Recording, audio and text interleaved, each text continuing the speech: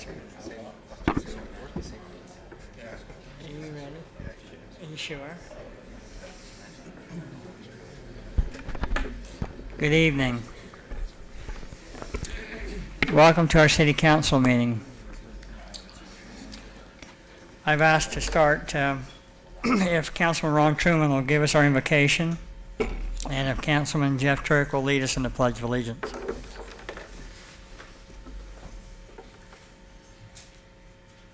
Our Father in heaven, we're grateful for the opportunity to live in this great nation, to enjoy the liberties afforded by the Constitution.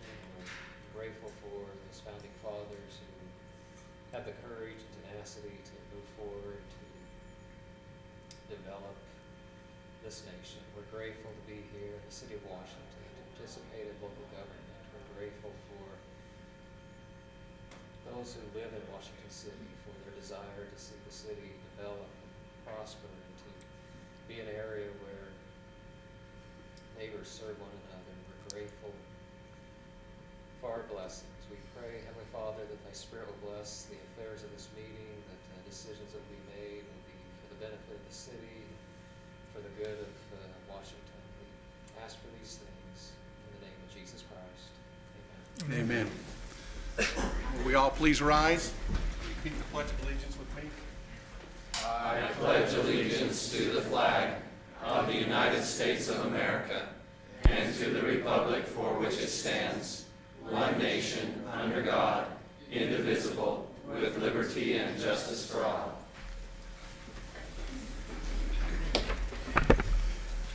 Thank you, gentlemen. Appreciate that very much. Move ahead with item number 1, approval of the agenda. A motion that we approve the agenda as outlined. I'll second that. There's a motion and a second. Truman, aye. Staley, aye. Hudson, aye. Segmiller, aye. Turek, aye.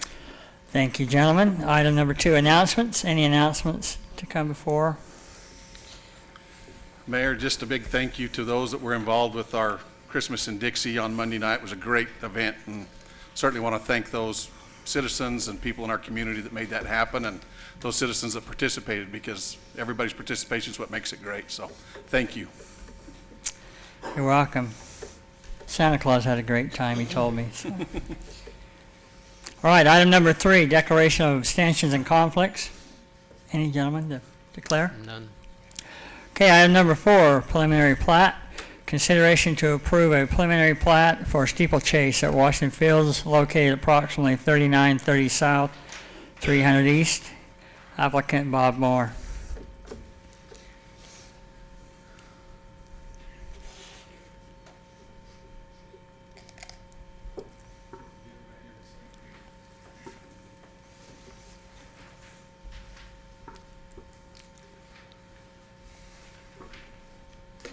Thank you, Mayor. As stated, this is an application for a preliminary plat for the steeplechase at Washington Fields subdivision.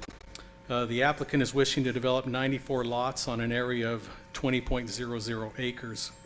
This particular project was originally approved back on March 8th of 2006, but due to unknown reasons, the project never went forth with construction, and nor an application was made for a final plat. So after the 12 months, which our code states, it becomes null and void, expires, so to speak.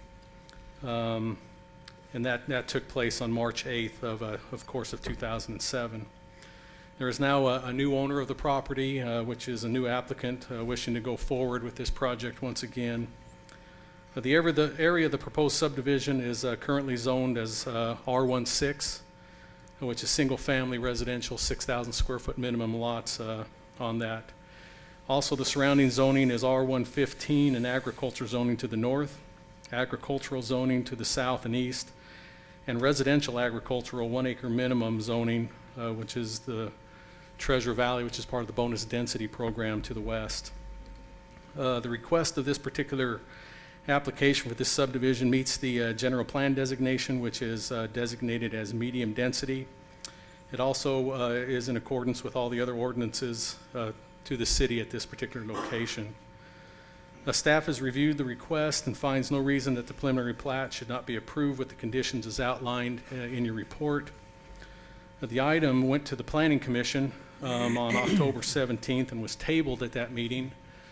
There were quite a few residents, surrounding residents that showed up, had questions. The Planning Commission asked that the applicant go back and try to find some alternative accesses with the property owners to the north, to the east, and to the south, which is the Andresses and Washington City School District. The applicant or the engineer representing the applicant did meet with the Andresses and the school board. They weren't really thrilled about any other proposals. They did talk with the school, and I'm going to put on another map for you.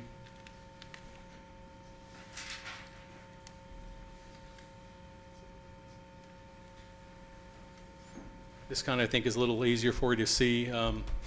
For that, the particular area the school talked about was down in this corner.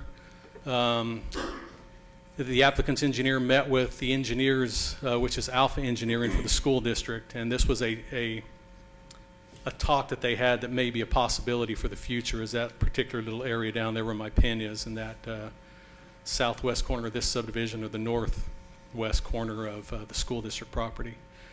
The Andresses only really are interested in seeing this one particular access, a secondary access, which is proposed for the subdivision, as you can see, that shoots out to the east and then ties into Washington Fields Road there.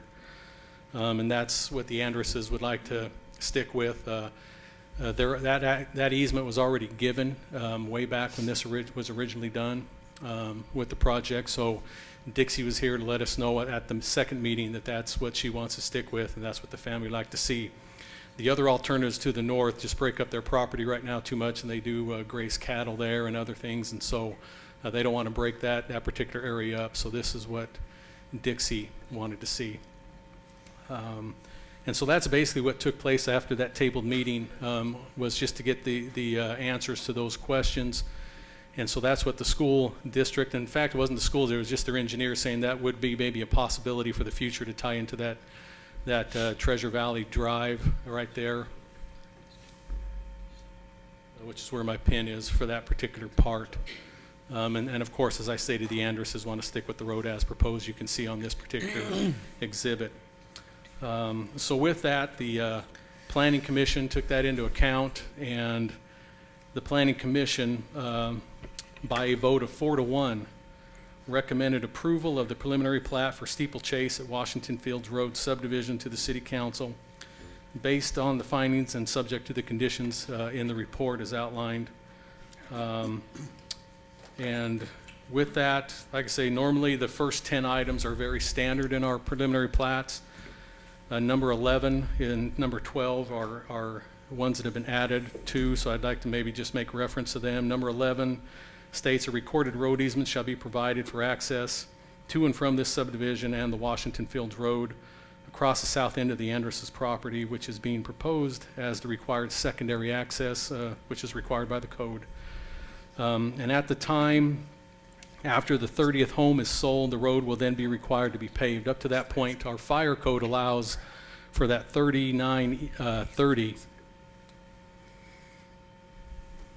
to act as a single access up to that number of homes, the 30. And so after that 30th home, which would be into phase 2 of their subdivision, then that particular access would then have to be paved to a 26-foot wide road there. So Is that access going to be in place prior to that, just not paved? it'll be in place. Yes, it will have to be in place prior to. It'll just have to be a gravel. Yeah, it'll have to be a road base, and compacted, of course, and pretty much built to that, just minus the asphalt at that point. And that road, what's the width of it, at least initially?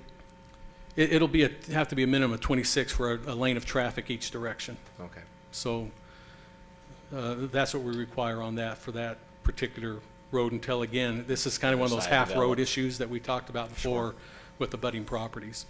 Item number 12 also is added. The developer will only use the secondary access, which is one we just talked about there at the south. Secondary access from Washington Fields Road into the development for construction vehicles and construction personnel. Put that in there to try to keep people off of the other parts of the subdivision coming in with the equipment, et cetera. And this shouldn't be that big a deal for them to come down Washington Fields Road and then over across this, what I'm going to call is a secondary access at this point for construction vehicles to keep them out of the subdivisions until the subdivision's built, so, and have them use that. So you're saying the goal is to keep them out of the existing subdivisions? Correct, While they're doing construction? correct. So with that, I'll be more than glad to answer any questions that the city council might have for me, or even probably the applicant or the engineer. So Well, I'll ask you, in the original approval in of steeplechase, it's changed from that, if I remember correctly. slightly, yeah, down at the southern part, they rearranged the lots. So Still they the could same get that number. road at the bottom, correct? Well, that road at the bottom was there in the original. What did change was this particular road where my finger is was actually over here a little bit more. Okay. And these were single lots, so they've changed, this southern portion a bit. So they've just reshuffled some lots. Right, No but road the changes or original anything. had this half a road on it Okay. at this point. Again, there was just a different entrance about where my finger is, and these were single, lots at that point, and Okay. it was just a little bit different. So on the original approval, it was required that 2 accesses, Always has paved been. accesses. Yeah, our From the very beginning, though. from the Now very- now we're saying they don't have to have a secondary access until there's 30 homes. right. Why did it change? What changed in the last 5 Well, years? you have a different fire chief, Okay. reading the codes differently at the times Okay. is the only thing I can imagine. This was done before my coming to So Washington our fire City. chief's the one who said we had to wait till there was 30. At this point, yes. It said that we can wait till that. It doesn't say that we must. It says that we can wait till that point for it to be paved. Okay.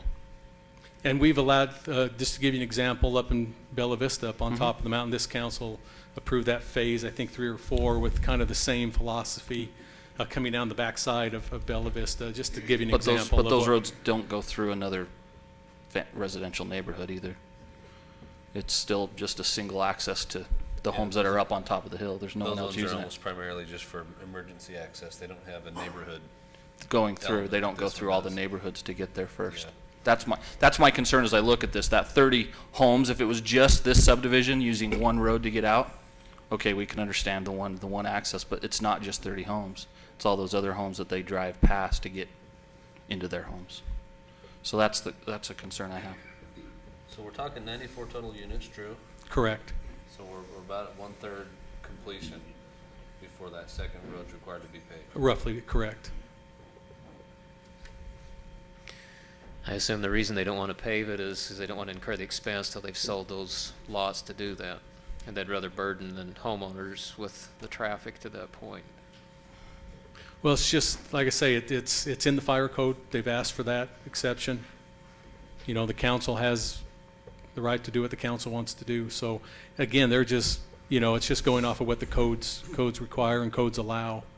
But at again, this it point. sounds like it's clear, though, on condition 12, that all construction traffic would be required to take that secondary access through the south side of the Andrus property. Correct. How long is that approximately? Is it about 1/3 of a mile then I mean, it's a ways since Washington Field Road was improved, and it bends over there a little more than it used to. It's 1,200 feet? I don't think it's that far. It doesn't look that far when you're out there. Far. It's 1,200 feet from the edge of the subdivision over to Washington Fields Road. Okay.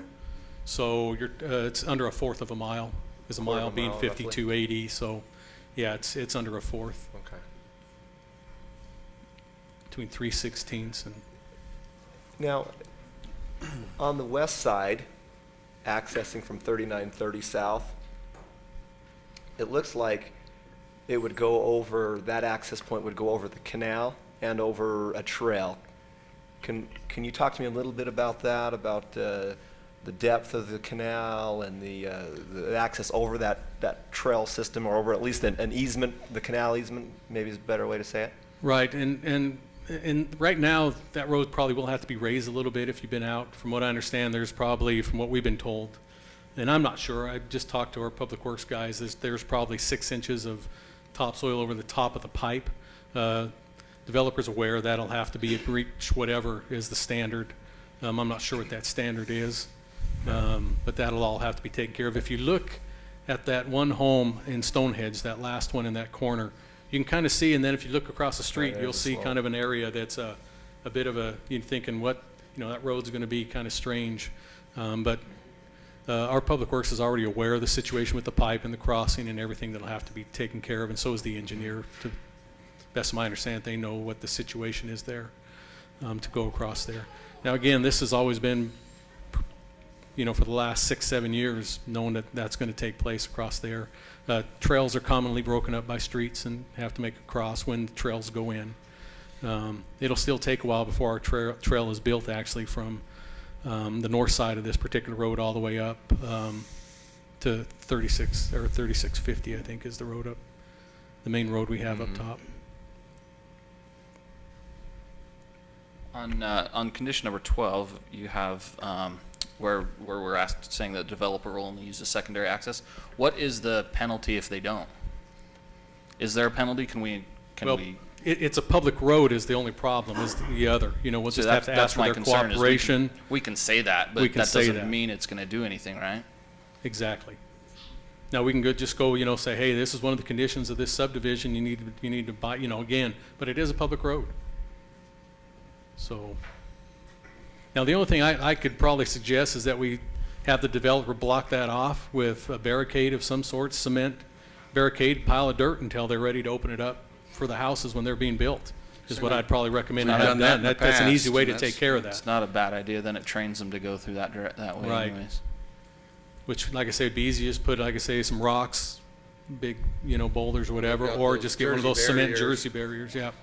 And just put in place there so that, not only the people in the subdivision, but anybody else wanting to. Do we know of a developer who's looking at doing the development in here?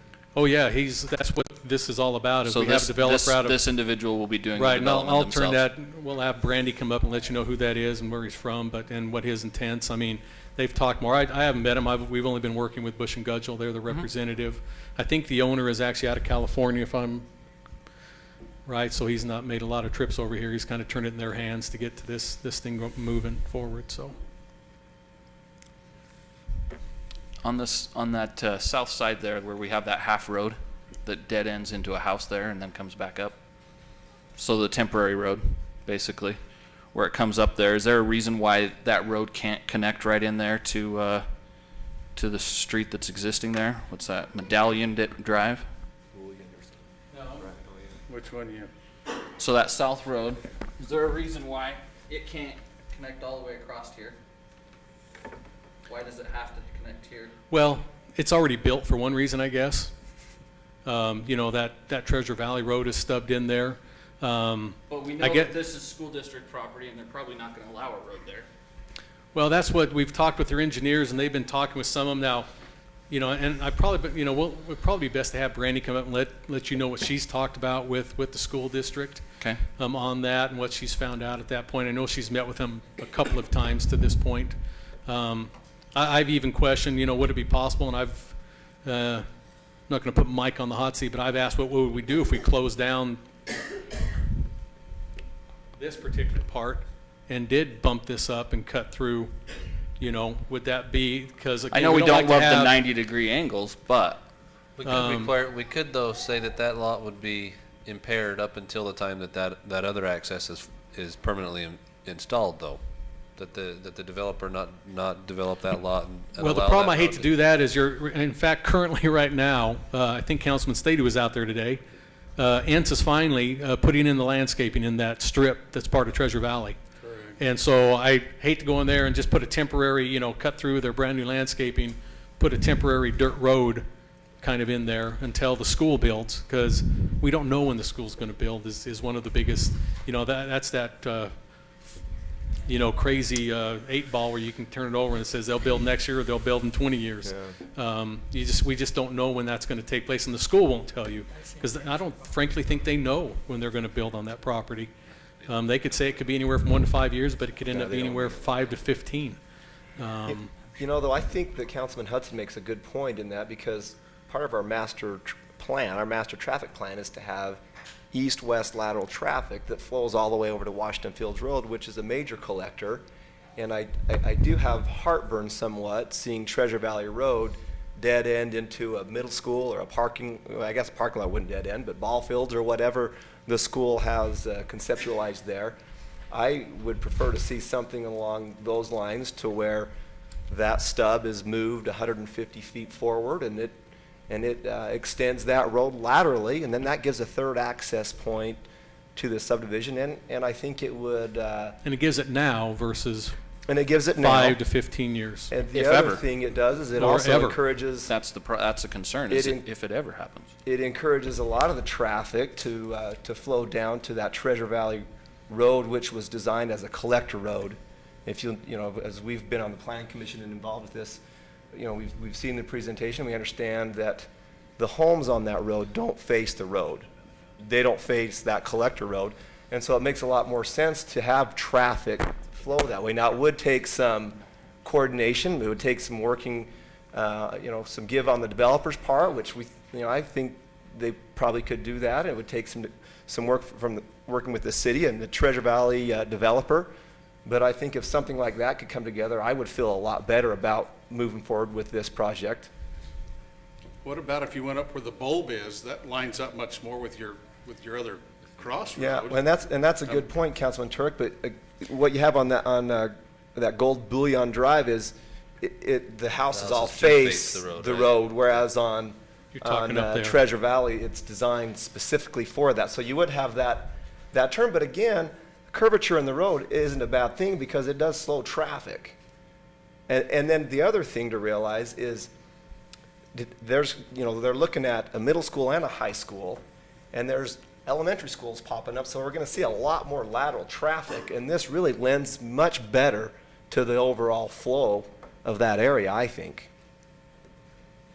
I tend to think this one, just from, again, the heartache that we keep getting from the citizens is going through areas where people's houses. Right. I'd rather see it more to the south, nothing against, I understand Councilman Turk's idea. It could go there too, but a lot of those homes do face that road up there where the bulb is the only heartburn I have with that. If we're talking about popping one in, probably be better to have them down here a little more to the south to tend to push them towards They could Treasure still go Valley left or Drive. right. They could still go left or right, but the hope is that they'd go left. Right, because it's going to be a less A little shorter. trafficked road. Yeah.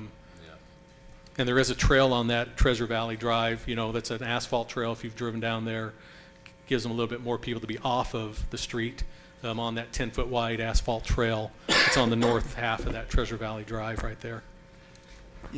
Another concern that I had was I'm not a huge fan of the half roads. I understand that when there's private property owners on either side, that the developer will be responsible for their portion of the road. I had a good conversation with Craig Hammer of the school district today, and he said it is their intent, as much as possible, to be a good neighbor.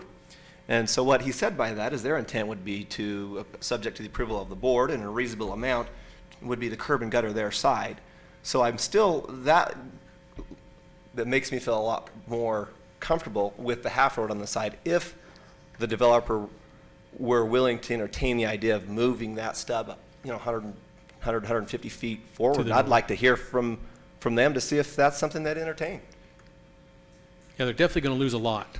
I mean, sometimes, developers, that may just seem one Better to lot. lose out a of- lot than a subdivision. Sometimes that's exactly right. So, but I'll be more than glad. I mean, are there any other questions for me? And we can invite the developer or the engineer for the developer to come up, but unless you have any more questions for staff.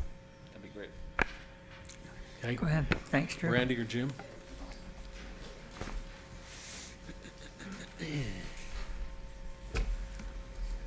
Jim Raines, Bush and Gudzel, I'm representing Bob Moore, the developer. First of all, the plat that Bob looked at and purchased had the road stubbing exactly where you said it was stubbing. When Steeplechase was approved and then subsequently the approval was extended a year, that road always stubbed there. It was always planned to go there, it was planned there in the time frame of Which road are you talking about? The road you're talking about. Right down the It bottom. went Treasure exactly Valley where Road? you're suggesting it went. The only reason we revised our lot configuration is because the city approved Treasure Valley. And Treasure Valley is a recorded plat that has that road and that open space dedicated with the plat. We have no ability as adjacent property owner to amend Treasure Valley's plat to put the road where you're suggesting. We would love to have it there. That's where we had it, that's where the school district wanted it. The city's approval of Treasure Valley plat realigned the road, not the owners of Steeplechase, or not the school district. The school district's not happy about the road. I think they'll accommodate the road as we've drawn. We've come down the road that way. But if the city wanted to do it and ignore their own intersection spacing standard, which you would have to do, it doesn't have the intersection spacing the good engineering practice would mandate to have an offset intersection. But if you want a substandard intersection and want us to go back to our original plan, we're the first guys that will do it. But we have no ability to amend Treasure Valley's plat. You need to talk to the residents of Treasure Valley and see if they want to give up their open space for a road. We understand that. We understand that. And so if we could get approval, subject to, if that road was changed, we would amend our preliminary plat. Preliminary plat's easy to amend. We're going to develop our first phases. It wouldn't affect us immediately. Once we got to there, we wouldn't want to be held up. But understand that that road is where it's at because you as a city approved Treasure Valley with that stub road where it's at. And it was we contrary. understand. We understand that we approved Treasure Valley. Yeah. And we also understand that this has been approved before, but it's not approved now. So what we're trying to look at is a solution that works long-term for all parties involved. And we're telling you, we're happy with the solution. We just can't, we don't have the ability to affect the solution you're proposing. Right. And we'd be totally going along with it if you did it, but the solution you're proposing violates your design standards, and it requires an amendment of Treasure Valley's plat, which are both beyond our ability to affect. Right. And that's all we're saying. We agree Understood. with you, It sounds like you've been in communication with the school district. very much so. What are their thoughts about the drawing that is here, that angles up through and ties into the south end of your They subdivision? were planning on the road as it was originally planned before Treasure Valley. We're the ones that brought it to the school district attention Yeah. that Treasure Valley realigned the road further south. They Yeah. weren't happy with their road alignment. I'll let them speak for themselves. Right. But they had done a lot of work and planning with the road where it originally was. I think they're coming along, they're in agreement with working out the utilities and things like that, the road, but we don't need the road. Whether that road goes there or up above, we've got a secondary access. This becomes a third access, it's great, we'd like to have it, but we can meet the city standards and requirements and ordinances with or without this road.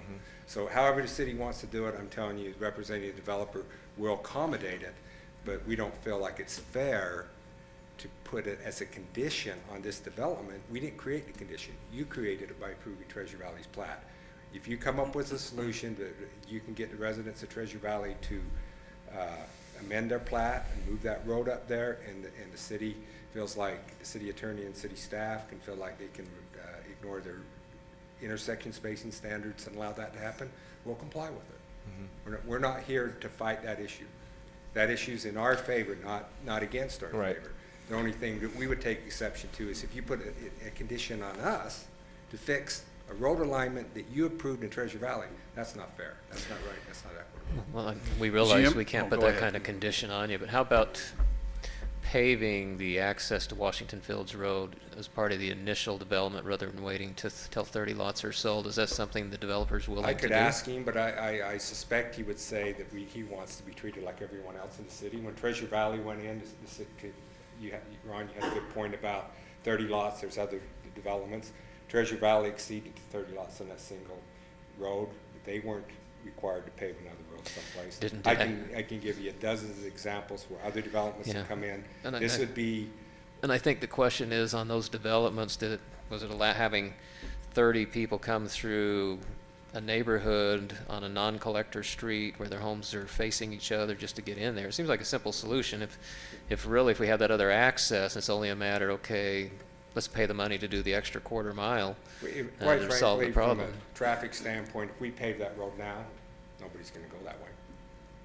The first 30 lots in phase one, nobody's gonna drive out and go that way because the traffic's going back towards the St. George or towards Washington City. They're not gonna drive east to go west. Well, that's, I think, exactly the concern that the residents from Stonehenge and Treasure Valley have. That's why I like the idea.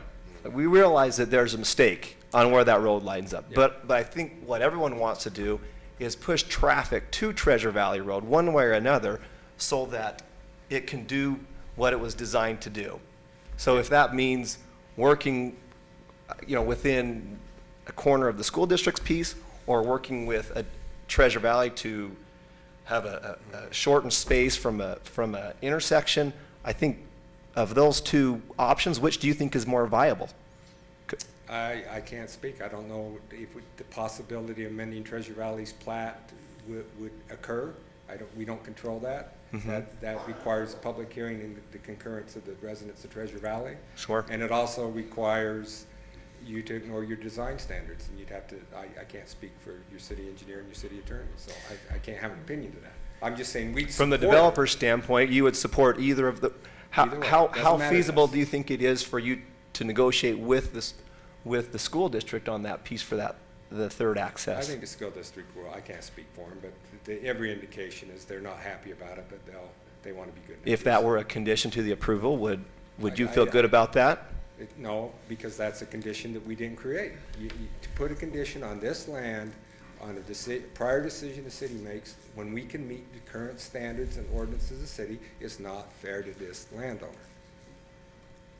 You can't ask Bob Moore to create a problem that was created by your platting of Treasure Valley.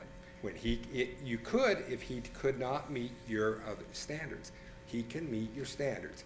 He went to the expense and the effort to get that easement. Your condition 11 is already done and signed. We have that right of way. And that right of way, we not only got half the width, we went further onto Dixie's, and Dixie's here and she can speak to it. We got additional right of way so we could build the full 28-foot of pavement that's required without the school district, not knowing the timing of the school district. The school district wants that road. They're not disputing that portion of the road. It's just a realignment that's a little bit disconcerting to them because they were planning that road going straight just as we were planning that road going straight. Right. When Treasure Valley went in, it dictated that road doesn't go straight. If somebody wants to instigate and solve that and overlook the intersection spacing and make that road straight, we'll happily comply. Well, I think we'd all be remiss not to resolve that at this juncture. We can't The resolve last it. thing I want is a road to nowhere. But how? Why is it Bob Moore's responsibility to go to another property, to a platted subdivision that requires an amended plat, and all the residents of that plat have an ability to say no? Why should he be burdened with that condition when you, as a city, approved that road alignment, not Bob Moore? It's not his problem to solve. If he couldn't solve the requirements of the city standards without it, then yes, I think it would be a fair expectation for him to do. But he's going to, it's cheaper for him to build that secondary access than the 1,200 feet. But he doesn't have the ability to get that because he doesn't own the school district property and he doesn't have control of all the lots within Treasure Valley subdivision. And that's the two people that control that other access. Mr. Ellerman, how feasible is it for us to work with Treasure Valley on punching through just north of where the existing road is stubbed? Well, the feasibility probably went up greatly knowing that it's in a phase, so you only have to deal with that particular phase that's platted, not the entire Treasure Valley. I think that's phase 4, and so there's a few number, it's kind of a weird looking plat if you look at it. It's almost like you have a couple rows of houses back to back in the street, and then you have this piece, because we just were putting it off trying to figure out what we were going to do. We tried to make this a trailhead at one point, is what we were trying to do, and it just didn't work out with the developer and all that we needed for a trailhead and the stuff that our leisure services wanted to have in there to make it that, and take it over as a city. But we can't take that strip over because it doesn't meet our criteria as a park. It's not big enough. So getting back to my original point is it might be a little bit easier to work with the few number of people that I think it's in phase 4 of Treasure Valley. If I think I'm right, it's the rows that face 4200 South down there. It's a strip of a couple, and I'm trying to remember how there may be 20 to 30 maybe lots. How did we end up with the roads messed up like this? Well, it's not really, it's messed up, yes, to an extent, but it may not. It all depends on how you look at it. We talk about stubbing into other properties. Okay. It's just how their plat came in. They did what's asked. We asked you to stub to adjoining property owners. Does it have to be right on a property line? Sometimes that works out good, sometimes it doesn't. It's all about how subdivisions. I went and played around with this subdivision. I could take that road completely out of Treasure Valley on the south and put homes there as the backyards and have the road up higher. I mean, it's all about design. And, But you know, wasn't we don't that- tell wasn't people they Treasure have to Valley- design their subdivisions and streets on, it's all about how the design ends up working out. So you can't say it's right or wrong at the point. It's all about how designs come in and then making the adjustments to do it. So Mr. Shaw, was that, is that a master planned road right there? So that wouldn't have been on there. But even in our general plan, we talk about master plan roads. We put them out there. I But we understand. also realize in the paragraph we talk about, they said they can move or be adjusted because of development over a period of time. Okay. So we don't say they're pinpointed at a spot, and this is probably a good example of why you would say that. Tell you what though, if we're gonna have a school there someday, that road needs to connect all the way over, which it will, I think, it's just a matter of timing. Well, even right now, it would. If the school comes in and that gets put in like that, it is going to go all the way over. Well, yeah, we have And to the work big on road, that. 4200 South is down below this, and even the school, I think, has talked about, that's where they're going to take their buses, they're going to take all their their main parking's going to be off of 4200 South. It's a bigger road. Is it an 80, Mike, or a 106 foot? 4200 South down there. I know it's a major, I think it's at least an 80-foot road, which is getting into one of our bigger, traffic movers. And so 4200 South to the school is the one that's the main for their access, their parking, their buses, all that's going to come down there. That it would be nice to have this up there for the moving of traffic also. What is the standard distance on intersection? So if we moved that up 100, is it 150 feet? Is that what it is? You- Or, you- I mean, do we, It's got to be more than 150 feet. so Is that from center to center? so you're pretty close. Actually, we are going to be close. So we wouldn't really be, we would, I'll say it, 117 center to center right now. so we wouldn't be violating our 33 own standards Well, we would by 33 3 feet. by 33. Center to center has to be 150. This center to center would end up being 117. Okay. So it'd be a 33 foot. Is that the end of the world if we do that? I guess I'm throwing that out to somebody who maybe understands it better than I do. Is it?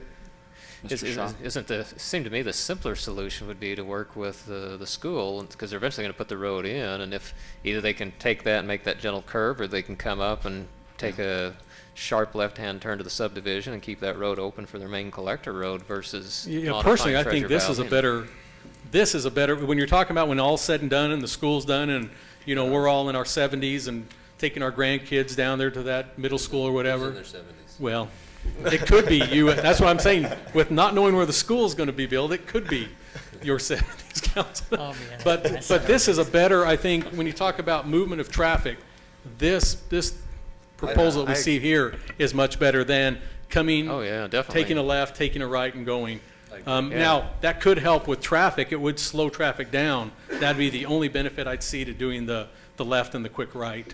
But we have no real assurance that the school district will accommodate that. What I would fear is that I'm 70, I take my kids and I see a road that dead ends into, softball and baseball fields.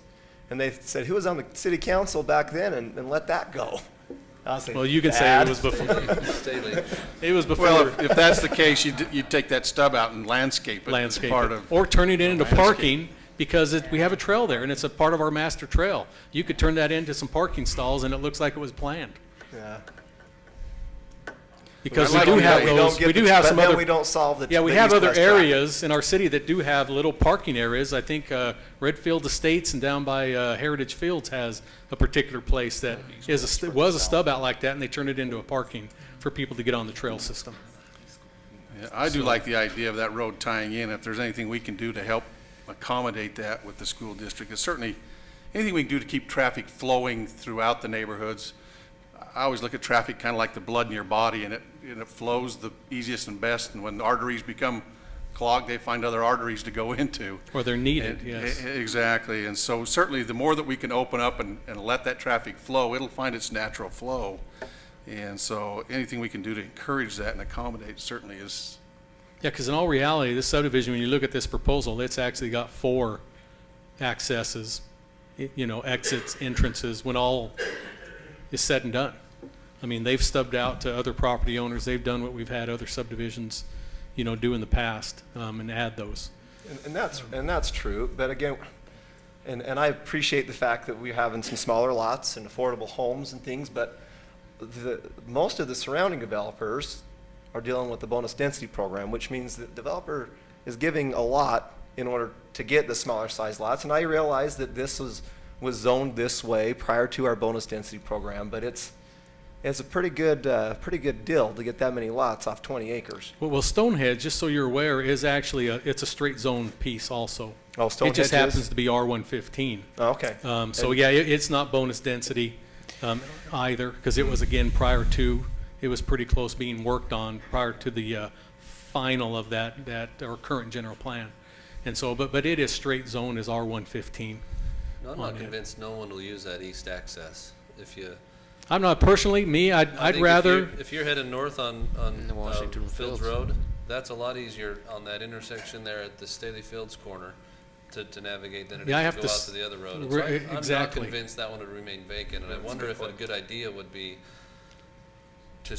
to accelerate, instead of being required at 30 homes, require that it be paved at 20, or in other words, accelerate the usage of that one as maybe a way to give the developers a little bit of responsibility to help out with that, but also provide a solution a little sooner than we'd get otherwise. right, it kind of helps him get some money to help pay for that other half, Yeah, as it we gives them talked a about chance earlier. to sell some houses, but it also gets that secondary access completed a little sooner. Because I mean, as you look at it and you look at I'm looking at Google Maps here in the broader view, there's some traffic messes over on the west side there, especially with that road that runs east to west. I don't remember which one it is, but it's a mess already. That intersection's already a little bit challenging. Yeah, 3650 is, 3650. If I were living there and pulling out and wanting to head up to the community center, I guarantee you I'd go to the east. Yeah. so that's why I'm hoping Brookhaven actually develops out pretty quick, because that'll take care of that corner up there and get some development down that way. When this back in 2008, when this was originally done, where were the two accesses? They're right where you see them now. So This was the main one, that was the main. and then this one was the one that came out Okay. and was required at that time to be fully paved Initially. initially. Okay. Do we have any idea what the cost would be?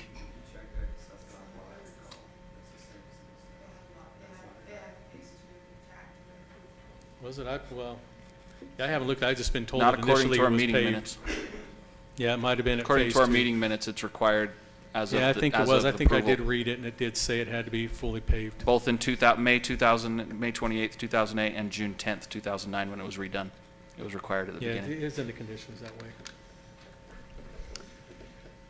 Do we have any idea what the cost would be to move that intersection on Treasure Valley Drive up 150 feet? Would you have a rough guesstimation on, we're talking, whatever that, Well, you'd have to amend the plat.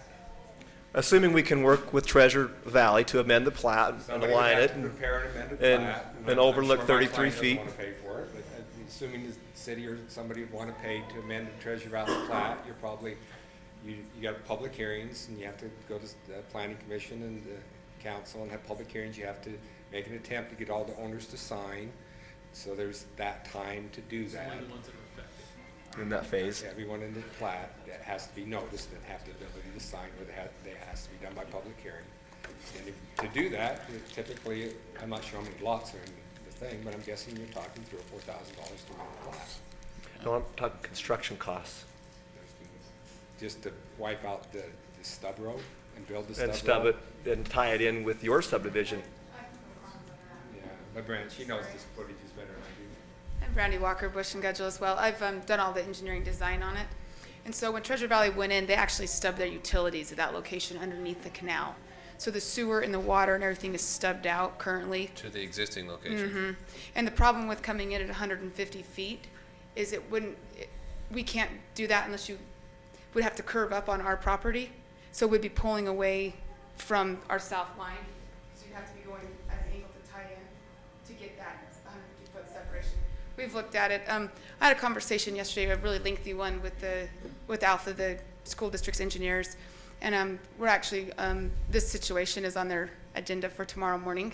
I know one day late, but it's taken them this long to actually hear it. But in talks with their engineer, the school district is disappointed at the Treasure Valley Road location, but I mean, the road's built and they understand that. I mean, they're realistic. And so they're seriously at this point reanalyzing their design. We're working with them with utilities, drainage, sewer, and everything. And so the school district is workable. The thing that we're trying to avoid is holding our project up based off of a school district where, you know, we've worked with them to the extent of our ability. Like we honestly can't, you know, commit to us today. You know, and from what the conversations we have, I believe the school district will, you know, stomp their feet, be upset that the road's where it's at, but realize it is a reality. And they would be in favor of connecting it because of connectivity. I think this corner, I think it was their ball field area. Yeah. So it encroached on their property. I mean, their design. Hey, nobody style- appreciates a baseball field like, you know, some of us Like a up here Staley. do. So would be I understand right. that's a big sacrifice Be there. right field and be good for you, Councilman. Yeah, I might be able to knock one out. But their board will hear it tomorrow morning, and they'll know a lot more tomorrow I mean, on. but we're really talking a pretty small disappointment. That didn't bisect their parcel. I mean, we chopped off a small corner, right? Yeah, I mean, they're not going to want that road to punch straight through them. Obviously, this is their best fix for the Exactly. location of the road. It meets city standard and the angles that we've got it drawn there. And the talks that they've had is that lot that's kind of created would just drop back into Steeplechase's development. You know, It'll become an additional yeah, residential a lot. property. You know, that our developer would end up buying the property from the school, which is kind of an inconvenience for our developer. They don't, you know, it's just an extra lot sitting there. I don't know, they'll work that out. But, so I mean, this is obviously the best case scenario, especially with traffic flow. From a designing standpoint, it's not a good design to stub that into Treasure Valley, have a turn, have a 90 in there. No, it's not. So, agree. but yeah. Yeah, I think, we've gone down this, that we were delayed in planning commission, and so we're into this a month. Literally, the school board has their work meeting tomorrow morning. Every indication we get that they're gonna work it out. They heard about it when we presented the plat to them, and showed it to them. But to go back and delay, you know, our client further, to now go back and say, well, if you're delaying the planning commission, go to work out the solution with the school district. We're on the cusp of having that worked out, and now to delay it at city council, say we'll go back and amend Treasure Valley's plat. I don't know, I don't want to have that conversation. You know, Jim, we're just looking for solutions. I So really it's think- encouraging to hear that you're making progress with the school district, because I want the road to go through. Well, Well, and I a think project the that's been problem is sitting I there for can't get up years. here and commit to the school district. Every indication we have is that they weren't happy, but they want to be good neighbors. They want the connectivity as much as anyone. They Yeah. need to get people to and from their school. They're not going to not connect the road. It makes no sense for them. So the connectivity's good. They're not happy with the road alignment. I think they're going to approve it tomorrow, but there again, I'm not in any position to speak for them. Well, the reason that I brought up the idea of punching it through to the north is, from the first public meeting at Planning Commission, it was my understanding that the school district would not want to work at all with the developer. That's not the case. I think some residents have talked to some people in the school district that ran bus routes and other things, and they had some comments, but the people Okay. that are doing the design and layout of the school have always been working with us to work a solution. They're a staff level, consultant level person. The only person that can give you a final say, just like in the city, is the school board. And that process begins tomorrow with their work meeting tomorrow morning. So unless the residents have some better ideas that we haven't thought of yet, I would propose that we accelerate the paving requirement on that secondary access, unless the school board and the developer work something out on that connection a little sooner. And if the school board and the developer figure that out, I'm fine if that secondary never gets paved. And the only thing For I the- would ask for the life of this project. is why is Bob Moore, the developer of Steeplechase, being treated different than someone else? Is the road that we're proposing using that the residents are unhappy about, and I understand that one more car is too many for them, but we've done a traffic study. We don't exceed that road's capacity. We don't even exceed the capacity and the number of trips per day that requires a more detailed traffic study. Well, and I think you have a good The point in road's not that overloaded. to require it be paved at house one, to me seems burdensome. But to move it up to a 15 or 20 limit, I don't think it's really that much more burden on Mr. Moore. Well, it's not, when he bought the property, And the it reason was why is required. because these are the conditions in which he's coming, and these are the concerns that exist, and these are the attempts we're making to try and resolve those. Well, and I appreciate I that. mean, I'll it's- pass you're that not- along, but. We don't have a magic answer as to why. That's just, But- these are the circumstances. But where the current standard is at 30 lots, that is the current standard. It's been applied in other places in numerous cases. To move that standard from 29 to 15 to 12 to whatever, you know, he's gonna ask me, why do I have to build it at 12 when Sure. developer X built it at 30. Our first phase has 29 lots in it. You know, Bob fully intends on phase 2 to build that road, because the city's current standard is 29 lots. And on the 30th lot, we paved the road. That's the standard. It sounds like that standard varies based on who the fire chief is. If in the past it was from day one, then there's a I don't make the difference. standard, and I agree, but that was the standard he was given. If I'm to go back to my client and say the standard has changed, is it changed because of public clamor, which I don't think It is may be legal? changed because we're thinking better at this Well, point. But, you know, I need to tell it that Bob's developed many subdivisions. He's a big-time developer. He's done numerous projects in Washington County as well. Then he probably understands the importance of good neighbor relations as well, I would think. I agree, would but hope, I so. need to tell him that a standard has been changed, and what's the condition? What was the reason for the standard? You know, right now, if I have no reason, he asked me, I said, because the residents didn't like it. He's a savvy developer, and he'd say, isn't that public clamor? My response to him would be yes. Well, but if you look back to the history of this very subdivision, the standard prior to that was pavement.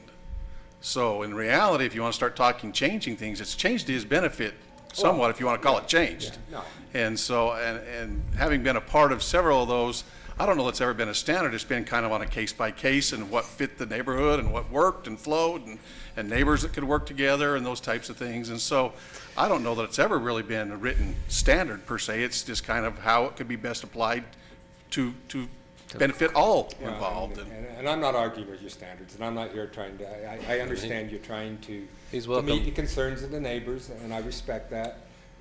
And I understand that we're trying to lessen the traffic on a road that has adequate capacity but has emotional concerns about it.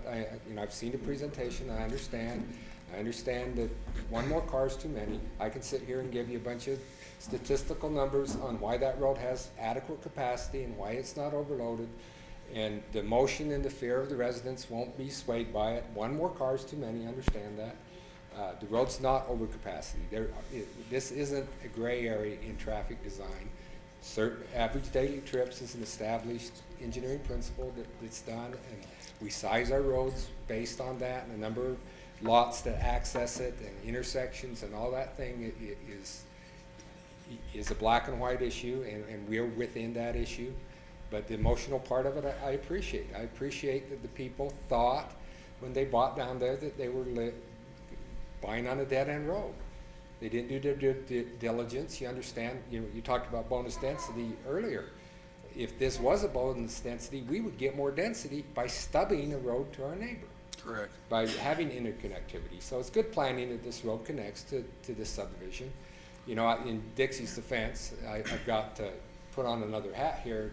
The comment was made, if this was bonus density, you would have got more from the developer. This was R16 because it was a zone. See that big roadway over here, right here? You need to thank the Danvers family for donating that to you. Oh, no doubt. That's thousands of dollars worth of property they donated. And part of their rezoning, this was George and Dixie's property, and it was zoned R16 in that conversation. So you did get something for this zone, even though it wasn't under bonus density. Well, it sounds like you've been through enough rodeos, and the developer has it. There's really not a question as to why. It's just an objection as to the how. You don't like it if you don't have to. Yeah. I think there's more than you've referenced emotions, and I acknowledge engineering is a science that's not an emotion based. Yeah. But when you start looking at a neighborhood that's got cars parked along the side of the streets and things, there's also practical concerns, and I think the citizens have raised those. And I won't say that it's just entirely an emotional concern. I think we're trying to deal with the realities of the situation and come up with ideas that'll make it work. No, and I appreciate If the developer doesn't like those, I guess he always has the right to withdraw his application and develop somewhere else. But I think we're trying to accommodate everything that exists and come up with good ideas to encourage the developer to continue with his application. And Bob's a very conscientious and good developer, and he's not trying to do anything that in any way skirts any ordinance. He's not asking for you to stretch the boundaries of your standards or grant an exception in any way. He's just saying, I just want to play by the same rules as everybody else. If I have to play by a different set of rules, then explain to me why the rules have changed for me than they did for the guy that came in and did the last one. And that's all I'm saying. If there's good justifiable reason, then all I'm asking is you just include it in your motion so I can pass that on to Bob and explain to Bob that you feel like that this is a unique situation because of points A, B, and C, and not just say, well, because there were a lot of neighbors here and they didn't want more traffic in front of their homes, which I respect, and that more traffic, leads to more possibilities of accidents and other things. I think that's a fair argument. But is it safe? Does it meet the standards of the city? Yes. Yes, no question. We've proven that. We've provided the data that it's not really a debatable point. But if you have other reasons that you feel like that we accelerated, all I would ask is if you're looking at changing your standard, let's look at something that makes sense on a phase line, because it's very difficult, I think Drew can speak to this, to try to administer it at a building permit stage. We submit a 29 lot first phase, and we have a number 15, 16, 12, whatever number that is, that road be paved. Then an innocent third party that bought a lot that comes in and wants a building permit can't get a building permit because that road's not paved. Well, no, do it on a phase. the condition isn't on lot sales, it's on homes constructed. Are you suggesting we go to lot sales? No, I'm saying you don't do it. You do it by a phase, by Completion of phases? Yeah, you said your current standard is that at the 30th home constructed, that road has to be paved. Mm-hmm. But the developer understands that, doesn't want to put the burden on his future buyers of building a home, okay? Because it's probably not him, it's the homeowner, an innocent third party, coming in and want to pull the 30th building permit. And if he has 32 lots in his first phase, and he sells all 32 lots, an innocent buyer, a young family that just bought the lot, comes in with the 30th lot, and the city building inspector says, you got to pave 1,200 feet of road before I can give you a building permit. They're going to go, wait a minute, how does that happen? All I'm saying is, I think that buyer would have a fun phone call with the developer. that's why That's what I think. that's why our first phase is 29 lots, because he can, in good faith, sell 29 lots and know that when he builds his 30th lot or comes in with the final plat for his 30th lot, he has to build that road with his construction plans, bond for it, do all the process to build the roads. I'm just saying, even though your standard's based on the building permit, we, as responsible developers, let's do this then. Let's do up on the sale of 29 lots, because really the construction of those homes doesn't matter to this developer. It matters on the sale. So should we just make it, instead of being at the construction of 30 homes that has to be completed, should we say that it should be completed up on the sale of 29 lots? I'd still tie it to a plat. I would say Upon that the immediate. the lots within the first At the time phase. he plats more than 29 lots, that road's paved. We're perfectly fine with that standard. Because that's not how the condition's stated right now. Right now, the condition's stated upon the construction of 30 homes. I would restate that, say that with the platting of with the 30th lot, that road be paved, and we're fine with that. The That's platting- just restating. The platting of The the platting, 30th not even lot. the sale? Just the Not even platting sell. of it. And that's that accelerates it fast, that's because accelerates more it likely exceedingly he's well. gonna come in and plat. Once he sells 75% of his lots. And how he's many gonna come lots are in and the plat. first phase? 29. 29. When he comes for phase Two. Phase two. When he comes for phase two, that will have to be done. That We'll just say you're not triggers. gonna get a recorded phase two until the 28 feet is in. We could do that. Well, that's not how I hear it. What I hear it is once he's recorded that plat of phase one, he needs to build that road. No, isn't 'cause we're that on the the platting? No, because the The plat 30th, is he would- 29. the 30th plat. It's the Well, 30th what one, which I would was be in moving phase. I was moving the boundary up to 29. Okay, I see what you're saying. Yeah, so he's gonna plat 29 because he knows the trigger number is 30. So when he comes in for phase two, we're not gonna sign off the final plat until that 28 feet is in then. Yeah, is we that- always, we had the issue on other subdivisions. We always advise our clients, don't plat more, because you put it on the builder, or you put it on the homeowner to pave that road, and then you come in outside of the normal process of where we bond and get plans approved and do all the things we do to build roads. That's in the platting stage. So let's tie our requirement to build that secondary road to the plat, not to a building permit, because you're the one that has to build the road, not some innocent third-party buyer that come in and just suddenly wants to pull the 30th building permit and can't because he has to build 1,200 feet of road. Which is probably going to accomplish what you're asking, You Councilman don't- Segmiller, because he's not going to wait till that 29th home's under construction before he plats the He'll wanna next be ones. ahead- He's- He'll be ahead of the street. Exactly, he's going to start at 20. Yeah. Once he gets a certain percentage of those lots sold, he'll come in with the plat, and then he has to build it. So you'll get the road accelerated faster that way than you will tying it to the building permit. And we're fine with that. I think that makes perfect sense, and it follows the normal development procedures.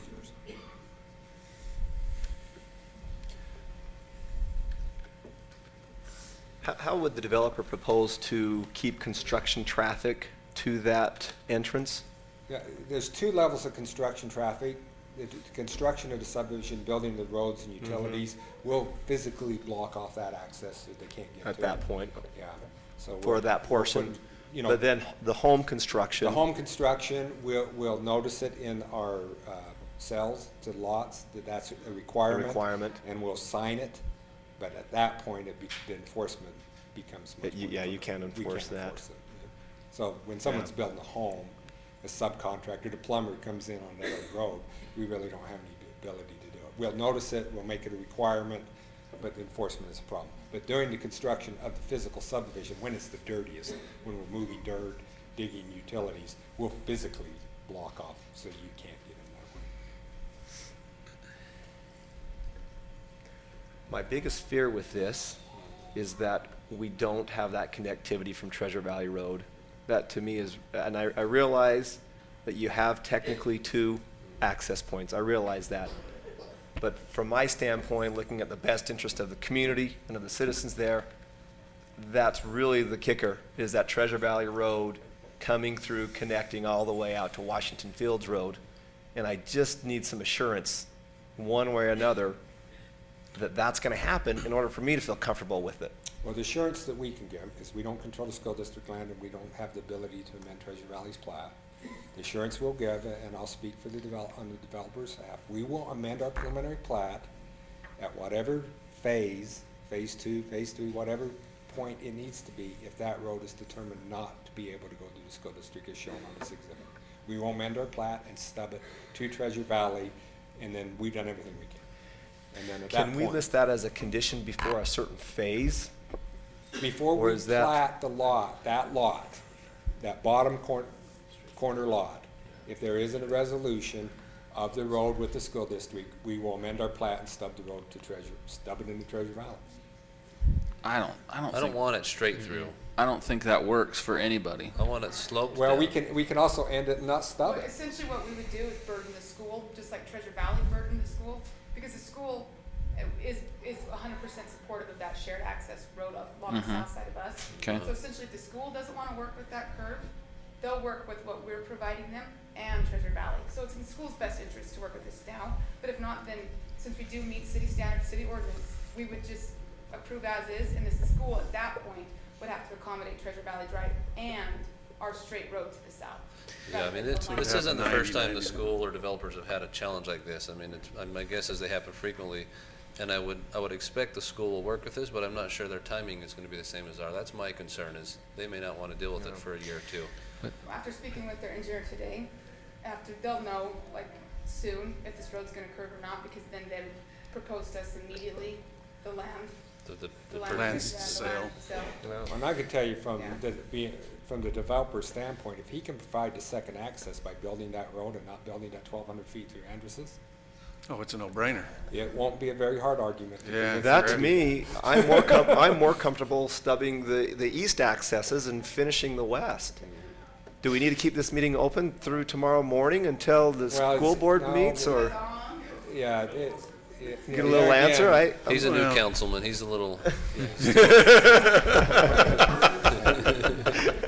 Well, I think we all want that I think we need to assurance make a there. decision tonight I on hope the what we council and all will the do. residents see that it's to this developer's advantage to have that road go in. Certainly. Certainly. It's a The more much- connectivity he's going to have, the easier it is for his lots to be accessed and sold. He hasn't So- been paying Brandy for the last month to go to the school School district district, be- yeah. because he's a nice guy. He's doing it because he understands that it's to his advantage to get that road in. And he will continue to push it and do what he can to make that happen. But I just want to make it clear that I don't control the school district, and I don't control the residents of Treasure Valley. So those things, we're doing what we can to meet city ordinances, and we've done it. Well, we certainly appreciate the work that you've done there. I think that you have tried your best, and I would hope that it continues to be successful. We're Because it financially certainly is the benefit of the residents, and the residents of the new subdivision, to me. I mean, it's a no-brainer, but. Well, this But project at the really same is time, financially but at the same motivated. time, I want to make it clear that it's not, that the city council isn't raising these questions and taking some of these positions based on merely on the fact that a bunch of citizens are complaining. They deal with it all the time. And I don't think their decision-making process is based on how many people show up to a city council meeting and don't like something. I still think Well, that they their haven't- decision is based on what they still think is what their responsibility is into trying to take whatever issue they have at the time they get it and try to deal with it the best they can. And although we appreciate the public coming in, whether they're complaining or here just to applaud, I don't think that doesn't make a difference on how they're addressing a particular issue. The And I- mayor and hasn't I- even let him speak yet. And I I stand before every city council in the county, and there's no one that does a better job than you guys do. I don't want you to think you're doing that, but I know because of the issue and the way planning commission went down, I wanted Jeff to say exactly what he said. And if we're gonna do something that deviates from what everybody else required, I'm just asking, qualify Yeah, it. I understand and that. it keeps me out of trouble and it keeps you out of trouble, and I can go back to Bob and convince him that it was just as Jeff said, based on some empirical evaluations and not public clamor. And I respect you guys, I do. I'm not saying that you would make a bad decision. I just want you to know that I have a very astute developer that knows his legal rights, and just ask that if you have a finding, you justify the finding, we'll be fine with it. Thank you, Jim. Appreciate that. Anything else, Drew? Anything else from the council? I do know we have a bunch of interested citizens, and we're glad you're here because it shows you're concerned. You know, typically we have our staff here on a city council night, and so we assume that you assume that we're doing what we're supposed to do, that you elected us to do. I would like to have a little bit of comment from the public, if that's okay, gentlemen. Dan Drown requested a little audience, and Jim Turner, we could allow you to have it, but if you want to talk and you start talking about the same thing, that's like drinking salt, you know, it's not really tasteful. We understand the situation, so, you know, don't be offended by that comment, I hope, but if you want to talk to us. I was going to start with Dan. Okay. Okay, then why don't you come on up, Jim? State your name and address and your wife's name and your Jim phone Turner. number. And I lived at 224 East and 3930 South, so I'm right in the middle of this whole thing. We've had a committee working on this, representing the homeowners, not the homeowners association, both of Stonehenge and Treasure Valley. Most of you know or have seen a presentation we put before the Planning Commission. We appreciate them listening to us and giving their attention. I hope that each of you received an email from us with our concerns pretty well documented, anyway, how we feel. Speaking for our committee will be Rich. He'll come up here and go over the items in short, and we'll keep it short and to the point as much as we can. Okay? okay, thank you.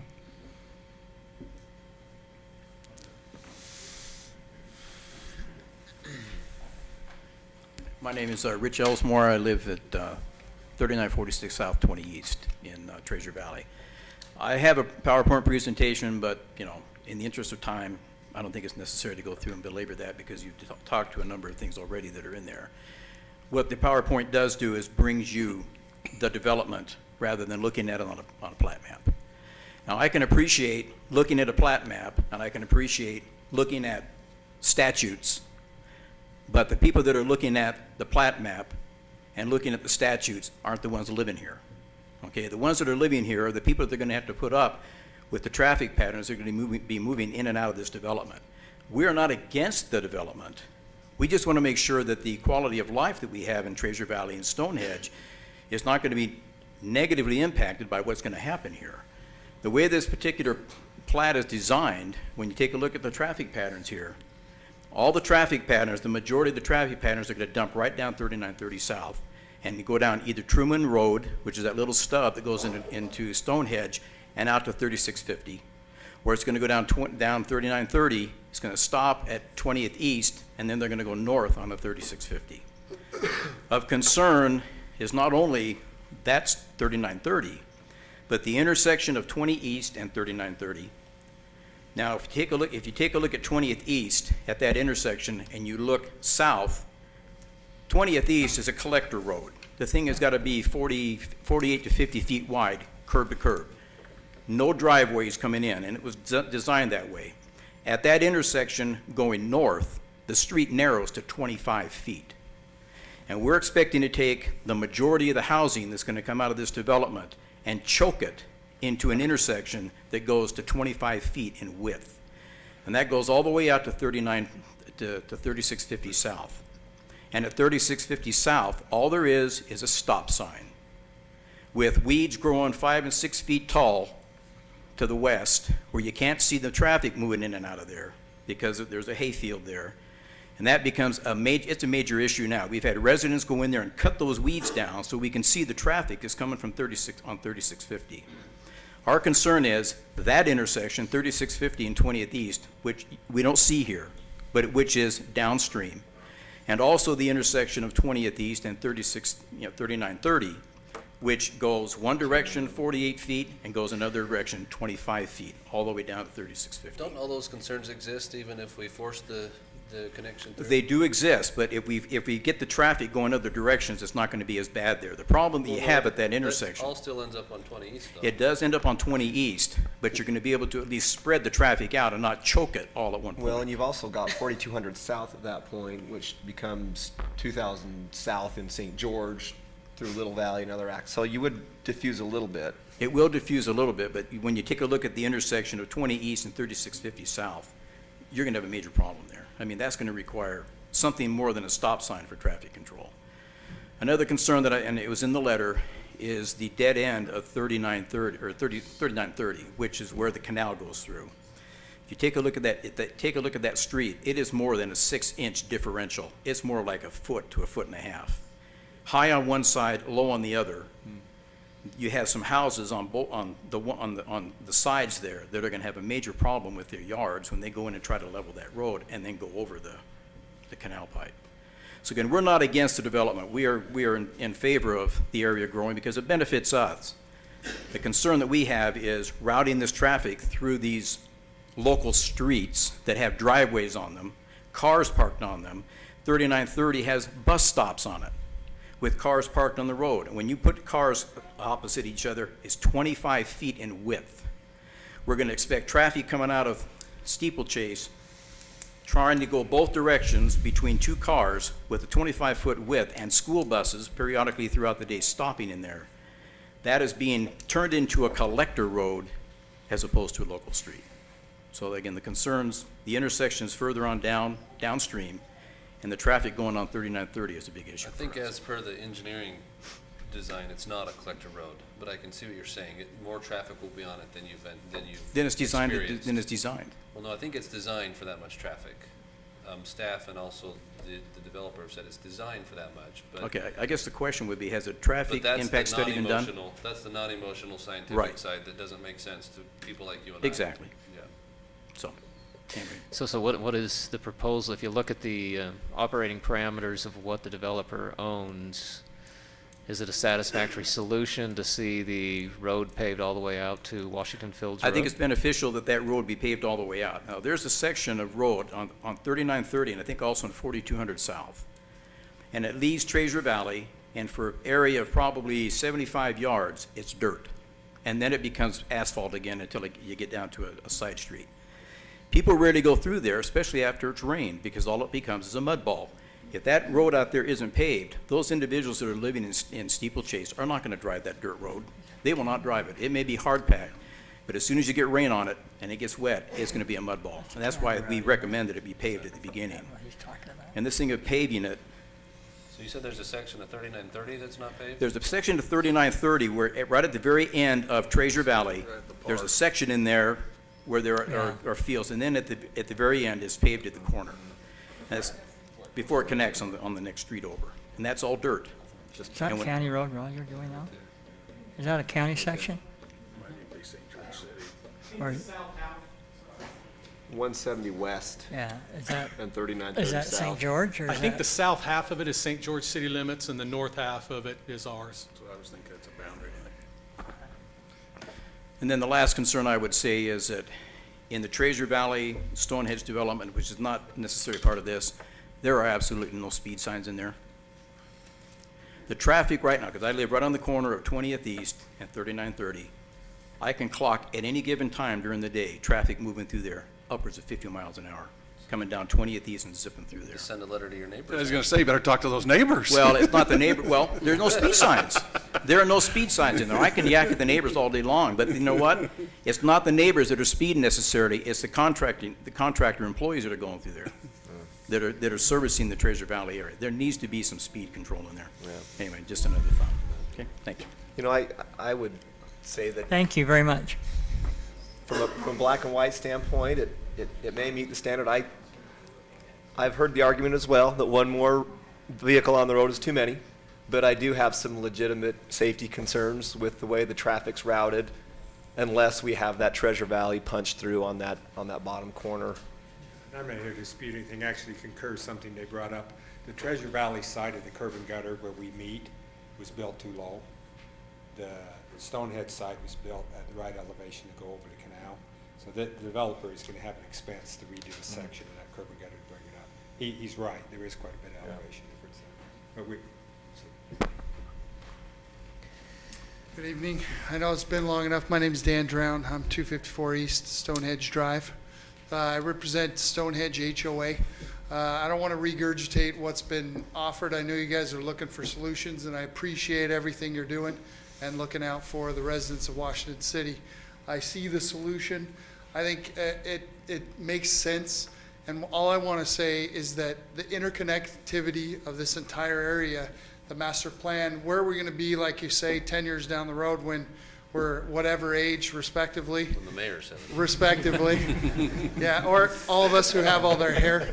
But That's next year. I will say that you were elected to make sense. This solution makes sense. The developer of Stonehenge was asked to make concessions. When they built, there were certain things that they had to change. This steeplechase was supposed to be done first. Treasure Valley was asked to make certain changes. There were some, people that couldn't be at this meeting that were, involved in the development of Stonehenge that had to make certain 3 accesses to the neighborhood, the interconnectivity of it, and they had in mind that the general plan and the sense of it. And more than anything, it's that the other developers have also been asked to make some changes to this.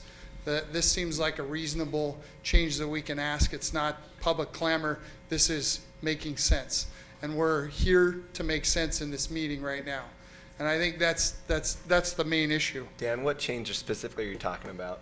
Putting that new that road. east access. A little curve. School district road. Yeah. The school district. And it looks good and it makes sense. Makes sense to everybody. I don't think the 90-degree, but it sounds like from what the developer is saying that this is a workable solution. And I feel like everyone standing behind me would be all right with that. Treasure Valley was asked to make that a collector road, Treasure Valley Road. And they in turn changed all of their development to make that a collector road. So it doesn't make sense for us to, yes, I understand that there was an oversight with Treasure Valley, and I think everybody understands that now. But it's up to us here to correct the problem, as opposed to, what are we gonna do? Give it to our grandsons? Because I know my son's gonna be playing on that baseball field, and he's rather gonna be the access to it as opposed to hopping a fence. Because that's exactly what he's gonna be doing. And they'll make a trail through wherever that is. Instead, we can fix that the right way. And the traffic flows the way we want it to. It makes sense in 10 years when we develop all through there. And it makes sense for everybody involved. It's a win-win. Everybody has to compromise, but we need to make sure it happens. That's all I have to say. I'd like to give a little bit of time to Kurt Ivey. He's got about 2 minutes.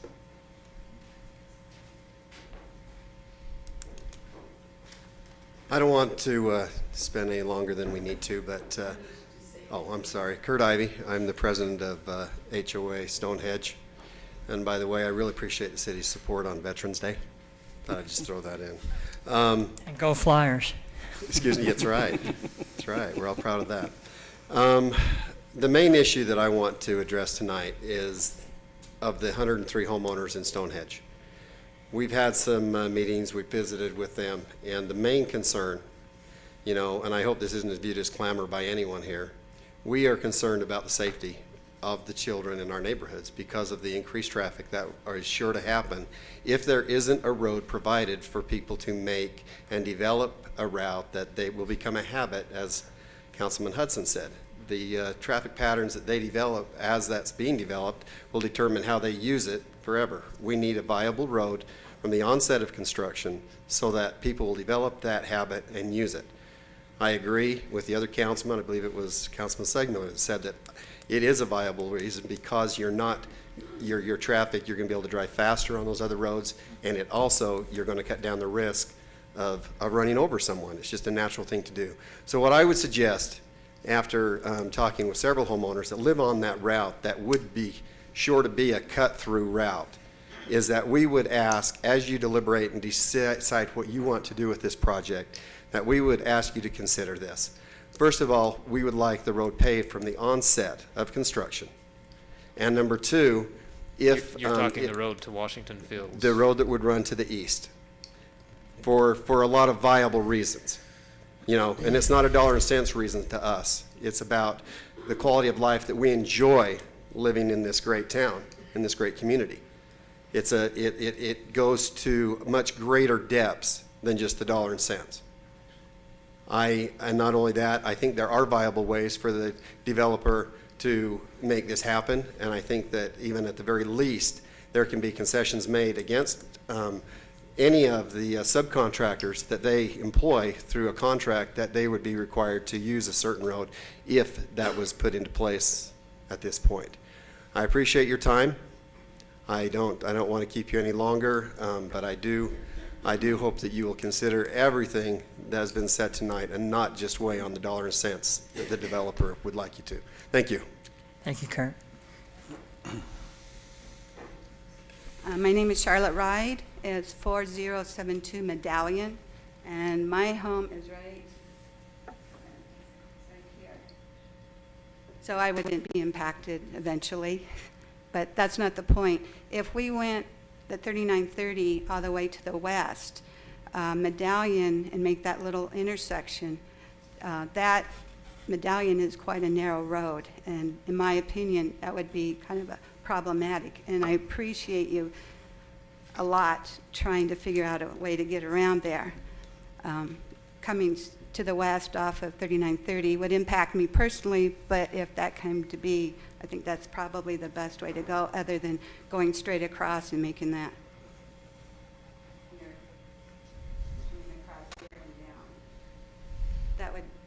That would be an impact on those two homes over there, and that road is quite narrow. But that's my opinion, and I appreciate and ditto what everybody else has said. I do have a question At the planning meetings, we asked about a traffic impact study, and they said that wasn't necessary or one hadn't been done. But tonight, you said you had to have one done. Sure. I'm confused on that. In the first planning commission meeting before it was tabled, they asked us to provide a preliminary traffic study to, get some engineered numbers. Our engineer went back, provided a study, and I think Drew's got a copy of it. Mike has a copy of it. Is this it? It's this lovely document. I don't know if you guys have seen it. Yeah, it's part of our We've package. seen it. Okay, yeah. What we're saying is it doesn't need a traffic study is because that road's not impacted enough, even at full development at 94 lots, as far as the. Level of traffic study. Yeah. We did a preliminary traffic study, so it didn't warrant a higher level. Of traffic study. Okay, well, when we looked at the impact, the transportation master plan, it looked like we were qualified under category 1, but that's not up to me, but that's something we wanted to point out for you to look at. And I think everything else has been covered that I wanted to talk about, so I appreciate you very much. Thank you.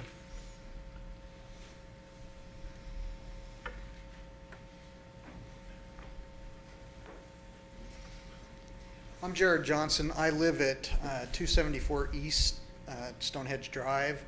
So I am right here where you come in off 3650 and Cannon Way.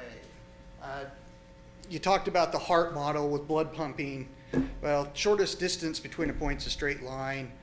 If all those cars are going to come out on the 3990 or whatever it's called, they're obviously going to take the quick in, go around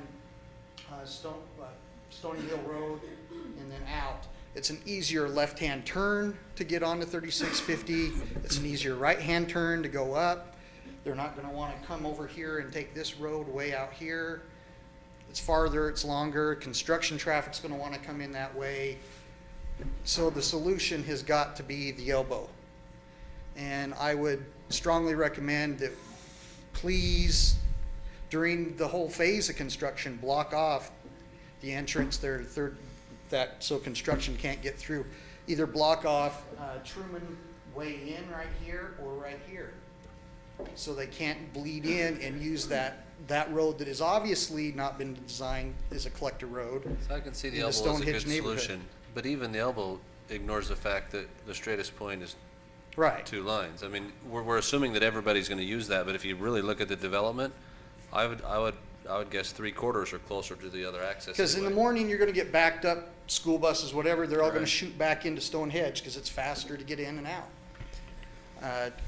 So that's why I say the barrier is the best solution to force them to get them to learn Well, the you know, traffic pattern. one of the things I've seen since I've been on the council, I haven't been on for a long time, but right before I was elected, there was another subdivision where we were funneling, where the council funneled some traffic through a residential neighborhood, and the secondary access went up, out of the way, up and around, where there was no homes.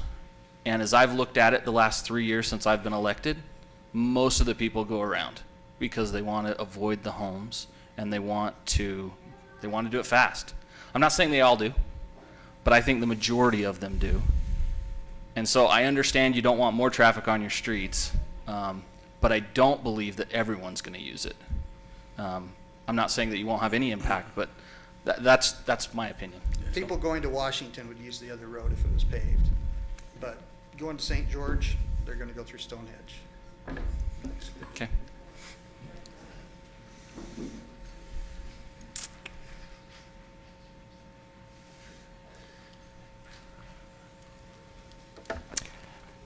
I think we'll move on. I have another question that You came have up. another from question? Drew, what's the time period between the preliminary plat and final plat? Well, you have 12 months to file for a final plat. Now, I don't know how long they're going to take. I don't know if you have any ideas. Is it you're going to use up most of that 12 months, or We want to you're going to get move going. very quick on phase 1? Sounds like phase 1's going to be coming. So let's they'll say start they're working on really, it. they're really quick. When would it be to us next? Well, we haven't gotten anything in our office yet, so we're looking at least 6 weeks We before. don't have any more meetings in December, so They'll build it before they bond it. You can't record a plat unless you bond it, unless it's completed.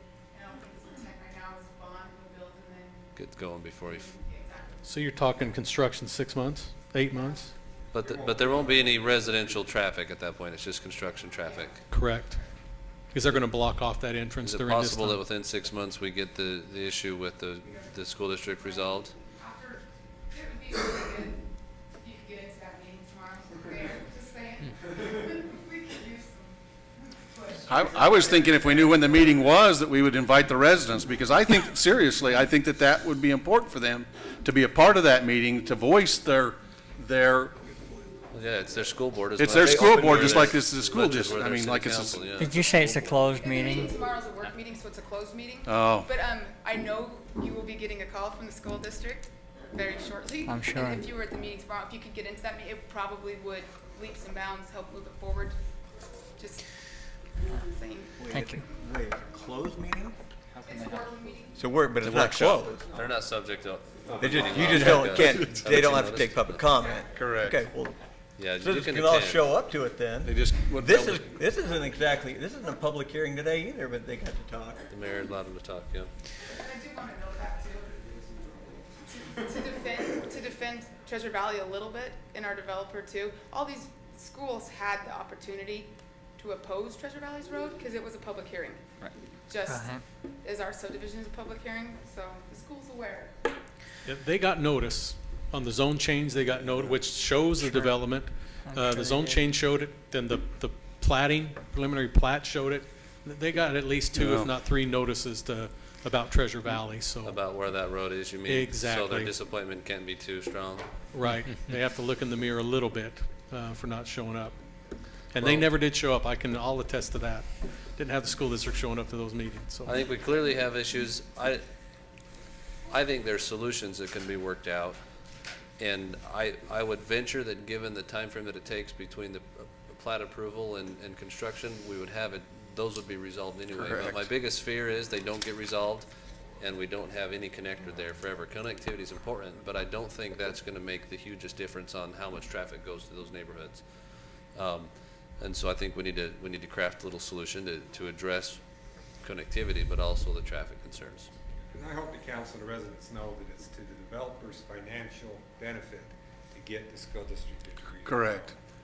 We want that road more so than everyone. It's $100,000+ issue to the developer. He's highly motivated to make that happen. I guess Will it my be- question is that what, sorry, the question is if they come back and the school district jumps on board on that and they let them even build that to that extent to that, are we going to waive the road that heads off to the east?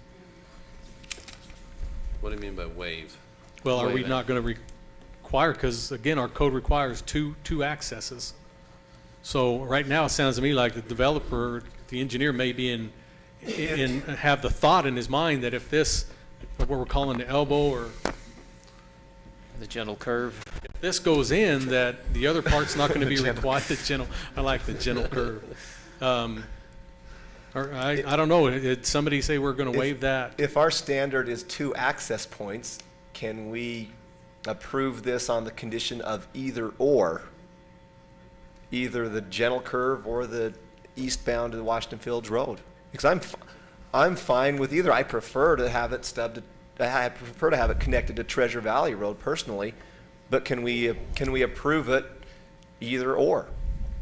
You're the council. I think you have the right to do what you decide in that case. I just want to I don't want the developer or his representatives leaving here thinking if I can go and really get the school to do this, because right now a condition is that this gets paved and it's on and it's there. That's one of the conditions. Well, I'm just trying to make it clear so I don't have the reality is they have 2 options. To get their second access is 1, go through the south side of the Andrus property, or No. 2, cut through the corner.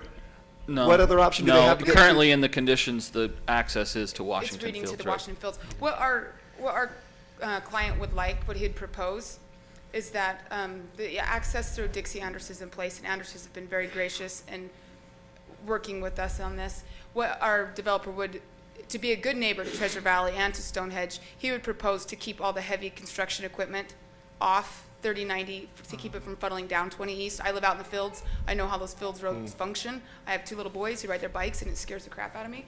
But so I think the developer would like to keep the construction, the heavy equipment coming through there. Okay. But in the end, Dixie would like to utilize her property to what she's been using it for. So if we can get the pavement from the school to meet the second access with pavement to come from the school district side, All that for the way it's pavement not side. disturbing the Andres's property even more than we already are. So the second access from pavement, we'd request that if we can get the school district to hop on board for our second pavement access, obviously to be through the school and not require the long stretch out to the Fields Road, but keep the condition in place Maybe to use it as at the construction. plating of the 30th lot, a second access is paved, whether that be east to Washington Fields Road or on the curve of the school property. I think- Either of those could satisfy that I That's think what right, we'd paved like to see. road portion. Correct. and I think they're already proposing one of those. But Yeah. construction access. Will be with phase 1 through to the Fields Road, correct.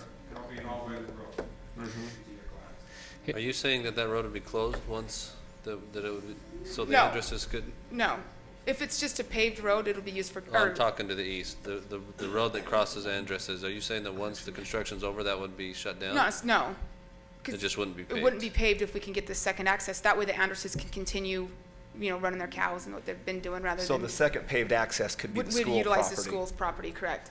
Would rather client put, it's over $100,000 to run 28 feet of pavement from the corner of our property to the It's Fields Road. less expensive for him to acquire and Absolutely. build this To punch acquire the through. property, build curb and gutter, and put in a I road. personally like that as the And I condition know better. that Mike would agree to not have a paved strip of asphalt that he's Well, gotta because other maintain. developers are gonna come in at some point in the school and they can work that part of the road that affects them more.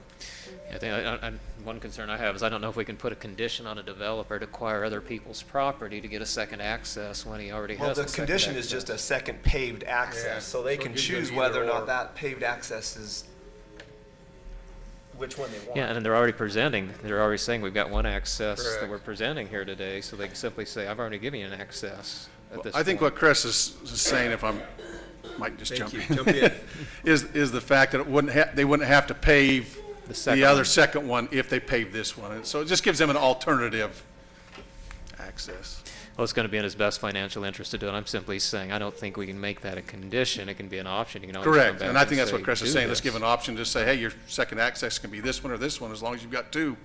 We don't care which one it is. Whichever one's paved at the plating of the 30th I mean, obviously, lot. we have preferences that we would like to, But- but there again, we don't make those decisions. for And the that's what I school wanted to district. have clarified in case, because my understanding would have been, the condition is still to do this one, and if they do this other one, then, hoo-hoo, we get a third and every, even No, I better. think But I didn't think that they might have felt the same way, but I just wanted to have that clarified, Yeah. I think what we're asking for is two paved accesses, which is which is what the requirement At what is. point? at the 29, at the filing At of that- your 30th plat, 30th lot. Yeah, and I'm somewhat uncomfortable with that, thinking it ought to be, I don't think it's really a change in position of the city when it was preliminary approved with that being paved from day one. I agree with you on And that. so I think that pavement ought to be much sooner. If you sell 29 lots and build 29 lots and never do this next phase, you never get that road paved. So then they sit there We've with seen that, nothing. over the last few years, we've seen that too many times where developers have had great intentions, but things have fallen apart. And we've had to, Yeah, but there again, you go back to exactly what he's brought up and said, well, why are you requiring me to do it when you let, well, to me, the You only let one the I've guy come approved, off the the hill, only not one do I've it. approved that was Bella Vista, and that was single access that had no other access off it. There was no other, didn't drive through a residential neighborhood.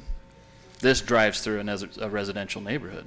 So to me, you're adding those 30 Yeah, but- lots into the but lots you've that are got the already same there. situation. Your one access is like your Bella Vista coming off the hill, and the other one's like the Bella Vista coming off the backside of the hill. You've got nothing but dirt that you're coming through. But and you let 'em but come all through it is dirt. those 29 homes. It's not driving through another subdivision of 90 homes to get out to The first access. Yeah, the difference here is you have a much greater likelihood of a bigger flow of traffic through roads. as they that come down the they're not road, the one designed. access that they have comes out, there's no other homes. It doesn't go through another neighborhood. It doesn't go through any other neighborhoods. It comes directly down to Telegraph. But I would think that the city, being that this is how it's laid out, that we ought to do everything in our power, even if we can't require the developer to do it, to work with the school district and try to get that road in place. Yeah. I suspect that's what's going to happen. I think I that- feel I hope so. very strongly that's probably what's going to happen. The better comparison is Indian Oaks, when Red River Road was shut down, and the city routed it all down through the other road, which I forget. River Edge. We went and when we pushed it through River Edge, we immediately paved the other road that looped up around. We could have left it Couldn't dirt leave it out, but there. we went up and immediately paved it. And so I think the sooner the second exit becomes a viable paved road, the sooner people will Begin to use it. will use it. I frankly am more convinced that if there's an easterly one, it would change how many people drive to those neighborhoods than if there's a second one on the western side. I think I two agree. on the westerly side seems redundant in my opinion. I agree with you. Yeah, because, and eventually they're gonna build in there, and the more traffic's gonna come in that side and come in, so I think we Yep. need that access. Well, I understand, I don't want anybody to think that we're asking not to build the road out to Washington Fields Road. With phase one, we will build, we've already acquired the right of way. We have it, it's deeded, recorded to the city. Two, we'll build an all-weather road-based road out to that with. I think we understand that. The question is timing. one. In our view, is we're gonna allow 29 lots, and you never sell the 30th lot platted, we're gonna be stuck with a dirt road. No, we paved that road. The requirement is Not that once until we, the- the 30th, Yeah. once we build it. Once you plat go to the 30th phase two, lot. what happens if the economy takes a downturn, phase two never goes, this developer sells it, you got 29 homes and a dirt road. No, you have 29 roads with the paved access, which meets the Through the requirements, subdivision and a without the secondary paved. access with a gravel road. Unpaved. Mhm. Yeah. That's the concern. But you haven't overloaded, you haven't exceeded the capacity of the roads at that point. Yeah, correct. You've only got 39 houses with that traffic, so you really Right, haven't. I agree, one more house to the neighbors is too many, but does it make the road unsafe? No. And then you can carry it, I mean, there's intersections 5 miles from here that don't meet standards that somebody from the subdivision will drive to. I mean. I think we can go you point at go fast. anything and find an exception or whatever we want to Yeah. do. The question is, what's best now, and how do we fix it for these people, for the future generations, to make certain we have something that works, that flows. And I still think the sooner that road over to Washington Fields Road is paved is better. We have certainty with that in there, and the real question is do we wait until 29 or the 30th plat comes in, phase two, or do we require it before phase two? I was thinking, what if we said once C of O has been taken on 75% of the lots on phase one? To me, that correlates more to actual use of the lots rather than the platting. Platting is nice from an engineer's standpoint, but it means nothing from the actual use of those lots. Once we're pulling certificates of occupancy or actually having people and houses on there, that's when the impact really occurs. And so I understand the phasing reason from the engineering standpoint. From the practical side, it makes more sense that we connect it to the actual usage of those lots. Another argument, which is we could stand here and say people in Steeplechase someday will be griping that this road through their place is getting used all the time for everybody heading out to Warner Valley. And so it cuts both ways, and interconnectivity is an important rule, and we just need to find a good solution. Well, and I think the developer would look, people understand that this section of the Southern Parkway to Warner Valley is now Oh, yes. beginning construction. Everybody will go that way to the airport, right? Yeah. So there's all these things that'll happen, and you know what? We'll probably all spit on each other out there and have a little bit of spit on everybody on all of us. Well, but and the developer may that's what decide happens when you're neighbors. with the connection to Warner Valley that he'd rather have that road built. I mean, there's reasons. But I think it's reasonable to ask for him to provide 2 paved accesses at the 30th lot. We're not disputing that. I think it's reasonable that we have to put an all-weather secondary access in at day one, which is that 1,200-foot road, which with this only road we have, only road will do. That's what we're proposing. That's what we will do. And we will do everything within our power to get the third access through the school district and create that connectivity. Yeah, and obviously that's why that works to your advantage. It's your incentive to do that, but I don't think we can compel you to do that. The only thing we can do is compel you to put that road in and how soon you But put we the are road in. compelled to do that. And we don't need any more motivation. Thank you. Yeah, did your question ever get asked and answered? I have a lot. You said, I'd like to ask Drew one more question. I don't know if we ever got to it. It was about the timing between preliminary and final plat. Okay, then I think we did, yeah. It's just, that could happen. They could start working if they haven't already on the final plat, but they're gonna go build out, I was they're just gonna trying to sink think water and about- sewer lines, I et was trying to think cetera. about when people actually start showing up on these lots, when people actually start driving these roads other than construction guys. My guess, And the I was trying earliest to you could think- probably see somebody is probably 9 months from now, just because of the time it's gonna take to put water, sewer, streets, curb, gutter, And I was trying and to build the think- home. Would that time period allow us time to figure stuff out with the school district? And Well, you may know a lot tomorrow morning. Tomorrow. To be honest, I mean, you're gonna know a lot. one way or the other tomorrow morning. If they're feasible to do it, then I think that answers a lot. I think then the door's been opened a little bit. Well, but even then, the owner and them, they still have to agree on terms. I mean, it's not done until it's done, but tomorrow would be helpful to find out if they'd consider it. Right. But that'll give us at least a one way to lean, I think, in a direction. Thank you.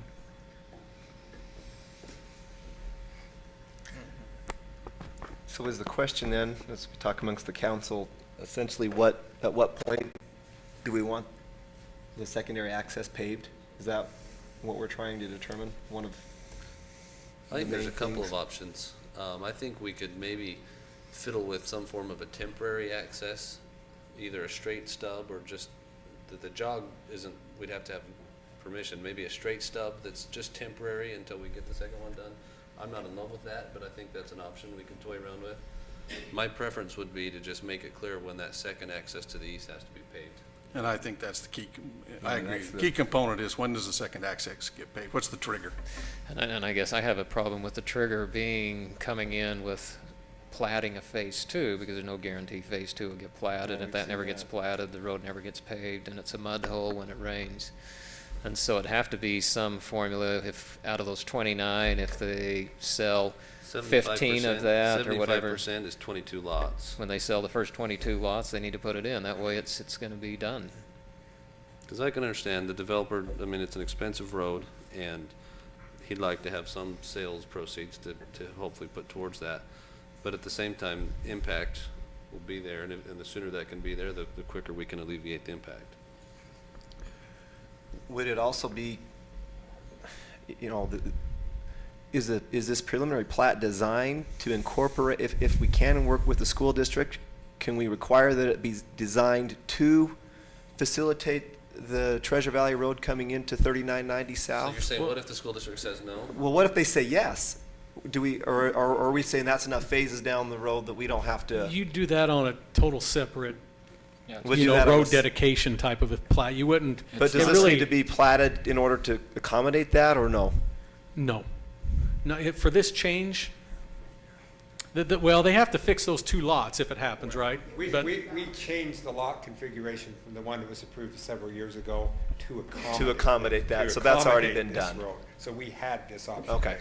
I think you could put on there on a condition of approval is that if the school district wants to do that, then the developer agrees that he will not contest allowing the road to connect with their road going on through there, to the extent it may be impacted on the houses that are on that road. Yeah, because it's going to affect those two lots right where my pin is. Those will be the only two lots, maybe a little bit over on that lot. I think it's number 7. Whichever this lot is, that'll probably change a little bit of the curvature on the curb and gutter and asphalt. That's going to be the only, and those are very minor changes on that. To that preliminary plat. I don't know if it's even worth amending the preliminary plat to that, but. Come in with amended plat because we probably acquired. And put a this lot lot in from the there. school district Add it. And come in and amend the plat to show those Okay, three lots. yeah, I forgot about that. But it wouldn't change any component of what we're seeing today. It's just, it's realigning that road. These two corner lots become a little bigger. Randy's already laid this out with the square footages and everything in mind. That this development is with the hopes that road goes in. Yeah, so we just have a minor, we do a preliminary plat amendment and just show that particular change on that.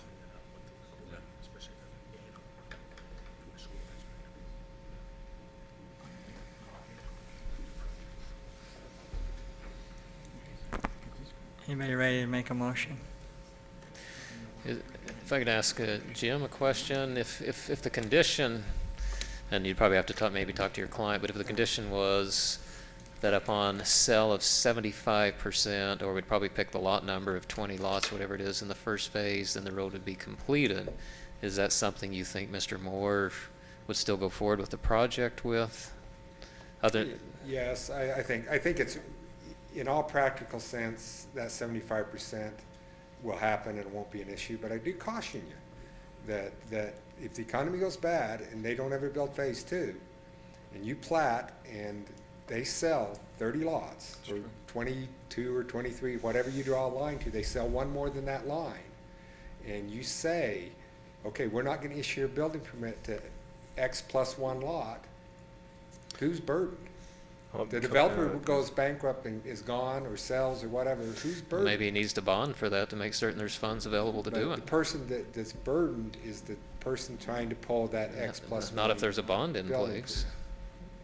There'd be a bond to make certain it gets put in when that lot is sold, and then the developer pays for it, and the homeowner's not left holding the bag. Well, I'm fine, but if you want it to be 22, I would suggest you set a number at the number of lots, and then he can work with that number of lots. I would suggest to him that if it's 75% of 30, then it's 22, was it? 75% is 21.75, so Okay, so I rounded 21, up. 22 lots, I would recommend that he plat 21 or 22 lots. So you don't, Because see, I'm more concerned, because I've sat on both sides of the table, and I've seen too many innocent third parties come in and put you people in a very difficult position. Correct. They will be in here saying, I bought the lot, I've got a mortgage, I got a construction loan, I can't get a building permit because the developer didn't do something you required him to do, and I have no ability to build a $120,000 roadway. but it doesn't the bond solve that problem? But if he went bankrupt and A&B Bank went out of business. Yeah, and you'd have bank- to, yeah, I mean, we I've can been down require that road too a many triple times. A bond, and pretty soon, I guess the US government have to go under at Yeah, that point. bonding and then helps, no question, bonding helps, but it's not foolproof. I still, because the way, I don't want to speak for the staff, but the way the city regulates the construction of roadways and utilities is through the platting and bonding of those plats. That's why, if we're just trying to get to a certain number, then let's get a number. And you'll If you make want to do phase it in the one the building same as permit, that. I don't think, in all practical purposes, it'll make any difference. It really doesn't, but I just caution you that in the worst-case scenario, you could be here addressing so a then young family who can't get a building permit on a lot they bought because of a requirement you put on the developer that went away. So then, in order to avoid that risk, you're almost persuading us that he needs to pave it from day one. No. That's the only other alternative. If you're gonna say he might be If bankrupt you and want can't to go do to- it, If so. you want to go to modify your ordinances and standards, do that, and everybody has to comply with. I think it's arbitrary, and, there again, $120,000 on 30 lots, affordability. You want to add $4,000, $5,000, $10,000 to everybody's lot in Washington versus where it'd be everywhere else? Yeah, you can do that. That's a decision. How does that add cost to the lot? Developer's going to charge the Isn't he gonna pay that anyway, though? Well, if he distributes it out, his cost will be incurred at a certain point. At a certain point, he will start recuperating that cost in the sale of his lots. Economics 101. That's why every developer in the world wants to keep their cost as low as possible But if and we do distribute it out as It could be as many lots. $30,000 cheaper to build that lot today than it could be next year, though, just on the prices of Could oil be, and I'm not and asking asphalt you and to whatnot. worry So about his economics, finances, but I'm just telling you, you can impose, every time, I'll get on my soapbox, every time a city council, planning commission, or any kind of legislative body raises their hands and passes a law, it costs somebody some money. You can pass as many laws as you want, it'll add to the overall cost of the lots, I understand that. I'm saying what your current ordinances are, we're happy to comply with, I don't want to get that. Where do we read that ordinance then that says that they have, that it's at 30 I was lots? gonna actually comment on that. It's not a traffic flow pattern, it's an emergency, it's fire. This is from the fire code. We meet every traffic ordinance the city has in place with one access off 3090. So can we read that? Is it based on interpretation or is it a hard number? It's interpretation of the code. How do we interpret it? it's the International Fire Code, which we've talked about many times. As And interpreted- International Fire Code, interpreted he has liberally. discretion to your fire chief. His current Where is he? statute is 29 blocks. Well, first of all, when was the original plat approved? Remind me again the date. 06. We're now on an 09 fire code, okay? That needs to be clear too. The standards have changed. Yeah, the standards have changed. So we need to be careful saying, well, one chief approved it this way and another chief approved it this way. I don't know the context by which that was done in, but I can certainly tell you that the code has also changed, so it certainly could be that context.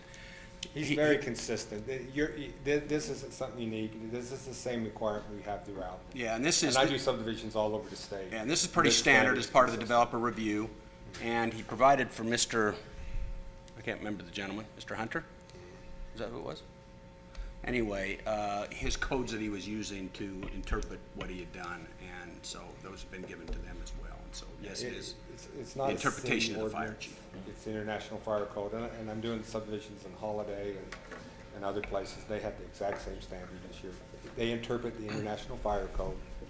Unified Fire Authority on the Wasatch Front has the same interpretation of the International Fire Code as your fire chief does. So I don't think he's in any way being anywhere arbitrary or capricious. What's And another thing too, you need to remember, it's an all-weather road, so it isn't just a dirt road plowed in. It's got road base, it's got compaction, it's got drainage. It isn't just a dirt road that's plowed into their two wheels and said, okay, there's a road here now. But the So- reality is also, if this builds out fast, this road gets built fast. Correct. And that changes the traffic patterns. And I think other factors like Southern Parkway and other things are going to change. Things are going to change over time. We did Stonehenge. You know, I know all the requirements of Stonehenge and the requirements. See, that's why I look and say, if your trigger's at 22, even if it doesn't go beyond 22, 22 homes doesn't really, I mean, it impacts a little bit, but it isn't real negative impact to your traffic flows that are down there any more than the rest of the build out of Treasure Valley is going to be to that impact. Right. So your impact stays very minimal, so your trigger comes in when your impact becomes greater. The secondary access, as Brandy said, isn't a traffic issue because we don't hit the traffic Correct. threshold. We hit a public safety. Correct. Emergency services threshold for the secondary access. It's not based on traffic. If you recall, we had that same issue with this subdivision we were just looking at below Walmart, where we were saying, do we need an extra access? Yeah, even if it is a safety issue, it's still, the general plan is interconnectivity. That's Correct. the overall philosophy. And that's that we why, to me, have, it's to keep it's it certainly flowing. encouraged and certainly, And I know I've lived on the dirt roads on 3090 South, and even though they're graveled, when it rained and stormed, you couldn't come up 3090 South 10 years ago. You were stuck. You had to park down to Washington Village Road and walk up to your place. So it can be a mess. We don't know. George and Dixie may get tired of the people in this subdivision complaining. They may subdivide their property. I don't know how it's going to work. Things will change. Things will change. But I think your requirements are reasonable, and the developer will do it. We will build that road out to Washington Fields Road with Phase 1. I don't want anybody to think that in any way that is any discussion or ever any consideration. That road will be built with Phase 1. Well, We'll continue to work on the third road through the school district property. It's built really the beginning of Phase 2, not with It's Phase 1. paved. Yeah, it's built but not paved. But the majority of the traffic in Phase 1 on the surface streets will be construction traffic, and it will go down this road. We'll physically limit it to go down this road. Correct, but you get 29 homes in there that's not going to be paved until the 30th lot is sold. No, before we plat the 30th lot. yeah, when you plat Take them in it. and plat it. And you're not Before going we to can plat it until offer you've it for sold the sale, 29. We'll have to have that road planned for and paved. Yeah, if I may, so they're really not forced. I mean, if you can pick that number. All they're going to do is change what Phase 1's number of lots are going to be. Right now, they plan on doing 29 because our standard and our condition says at 30, they will pave that road. If you wanted to, do it a little sooner, then council has that option to go back and say it. So all they're going to do is come back and plat in Phase 1, 22 lots, not 29 lots. Then they'll be back here for that approval, won't they? At Phase 2, their Phase 2 will then be lots 23 up to whatever they'll do. So you have that option still. That can get it there a little quicker. But we're hearing, though, that the fire code requires it to be paved at 30 lots, so how can we arbitrarily pick 22 when we're saying Because they're going to be platting over the 30 lots. Unless he comes in with Phase 2 and only plats 7 lots, which I don't think he would do. I mean, he could.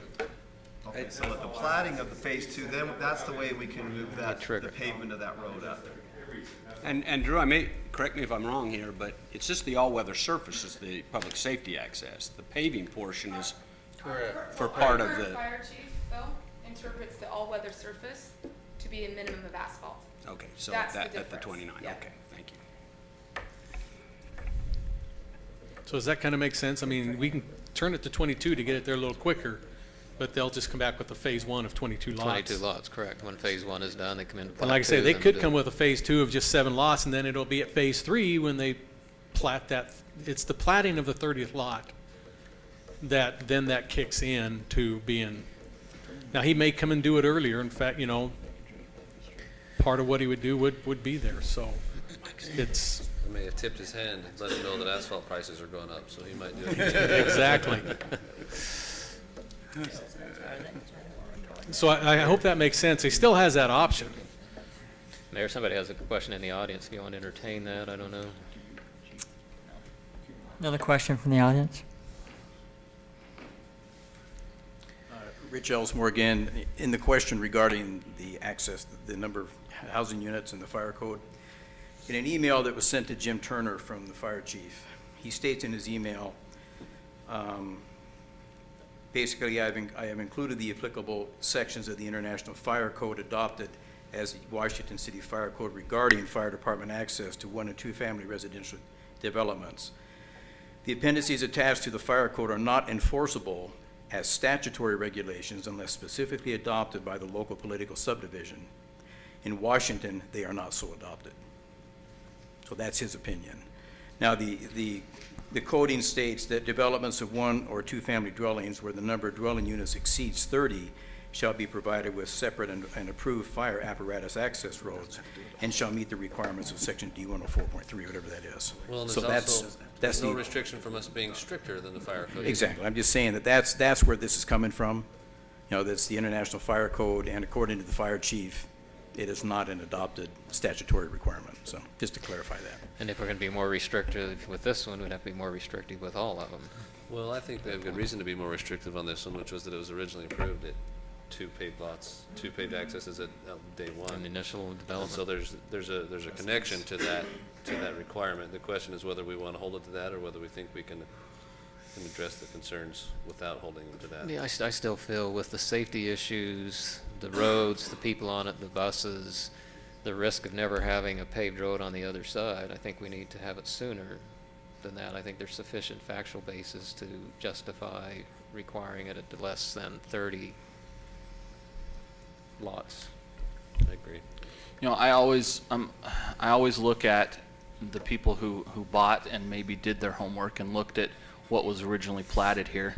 And if they looked at that plat, if they looked at those conditions, they would have known that a secondary access was required when that project was started. A paved secondary access. And I've been consistent as I've been on the council that anytime somebody could have done their homework, that we stay consistent with that, and that's why I would say that it needs to be from day 1.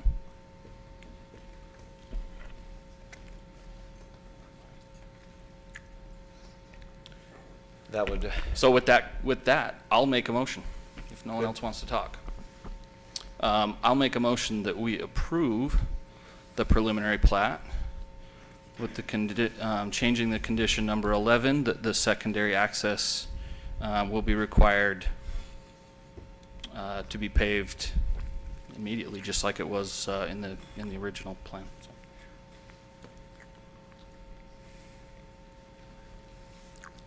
There's a motion on the table.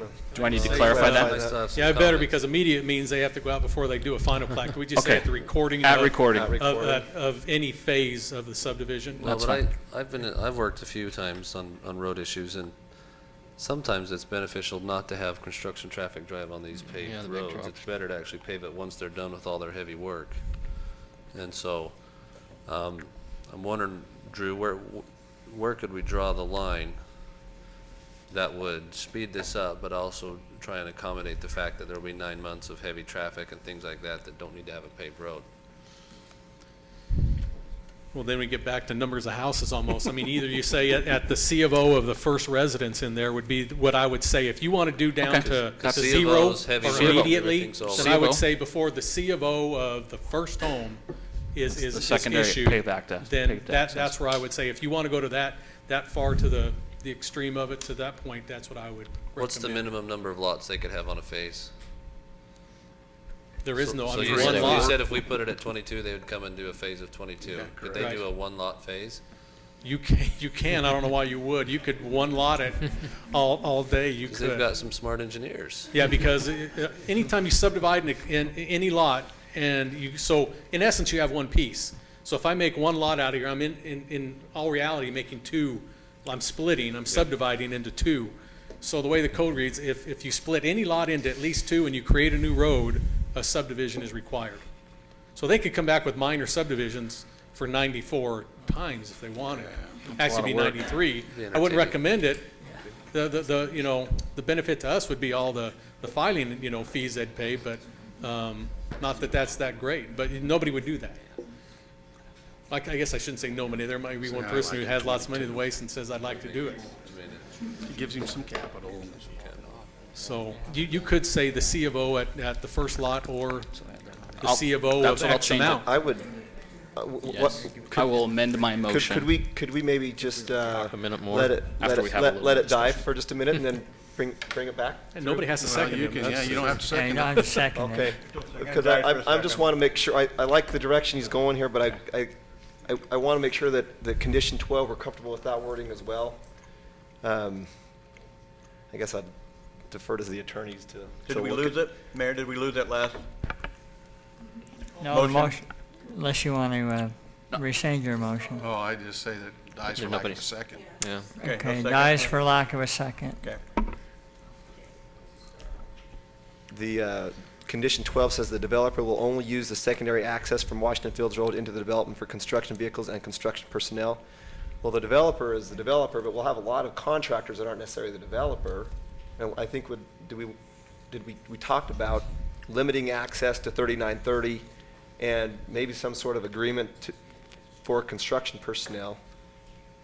Are we getting too nitty gritty Well, on I don't this, know. or is that that- was No, the because that of was one of the public road, discussions is we that- had. is Is that I don't know that getting we too- can. I don't. How do you can't. It's one of those things that's really tough for us to enforce. It's the developer has to enforce that. And I think, like I said, I believe that if we, from the very beginning, traffic patterns are set, and so when people start moving in there or if the construction guys get in there, I'm in the construction industry, and the accesses that I use to get into subdivisions are the same accesses I use from day one. It's the same ones I always use, and so from day one, that's the access I have to use. Going forward, that's the one I'm going to use. I think we heard, though, that the engineer said that during the development phase of it, they would actually block off so the people developing it, it's not going to come through the subdivisions. They're going to come in on that deal. And then when the first lot is sold, then obviously that needs to be open as a public access, and then it's just a matter of self-policing I at that recommend point. just stating until the plat is recorded. So block that until Because final once plat. the plat's recorded, it's a public road. And then in the meantime, when that would keep all the access off of the road. You know, I find construction people generally follow those construction roads. I really do. Well, a lot of times the developer can monitor his people and his subs, and you'll find that with some developers to where they'll, number one, says if you're gonna be my sub, you will use and you will do and you will park where I tell you to, or you won't be my sub. And you will tell your suppliers the same thing I've told you. And so I think the contractor can be a great asset to help us with that. Now, totally can he shut it off? Obviously not, but he can certainly be an asset to help control that. So along Councilman Staley's lines, I would say we just add a second sentence on 12, that access be blockaded until recording of final plat. Be blocked from public access until recording of final plat. Is that sufficient, Councilman Staley? Yeah, thank you. That's- That means somebody's going to make another motion. Okay, let me try this again. I'll make a motion to approve the preliminary plat for Steeplechase at Washington Field subdivision located approximately 3930 South, 300 East, changing condition 11 to secondary access required to be paved secondary access to be required at the first C of O, and added a sentence on the end of condition 12 that access off of 3930 will be blocked until the final plat. As recorded. So, here's my motion. I'll second the motion.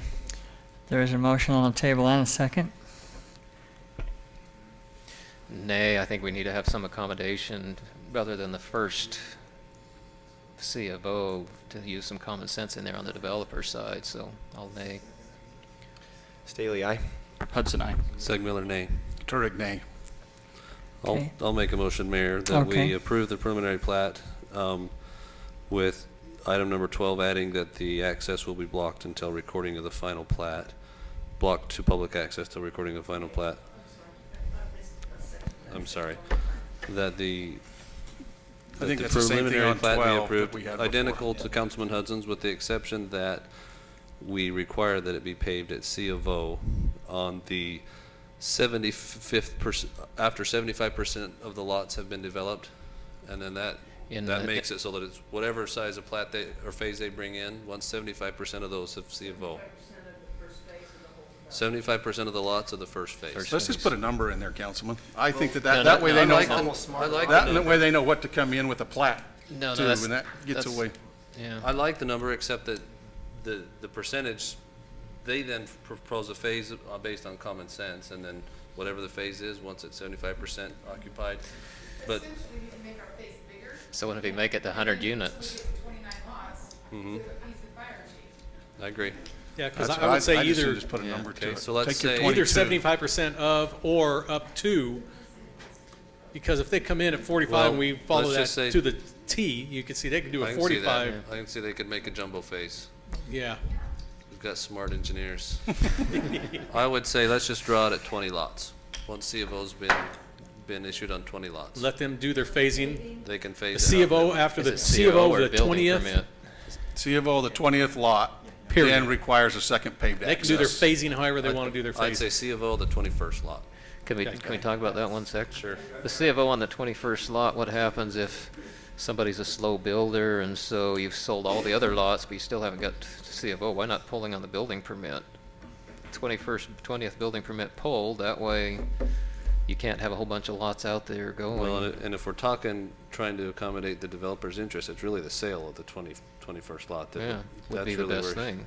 It comes into him, but How does the city know when those sales that's the occur? problem, is we don't Yeah, you follow don't get involved sales. in building permits or C of Os, and so that becomes your trigger. I'm fine with either one. I guess I'd prefer the C of O because you could take 6-7 months to build and then Correct. selling all these Well, and other that's when things in the meantime. your impact hits. When people move in, the impact occurs, and so I would go with your C of O as well. Most of the heavy construction will be done. I don't think they've decided yet.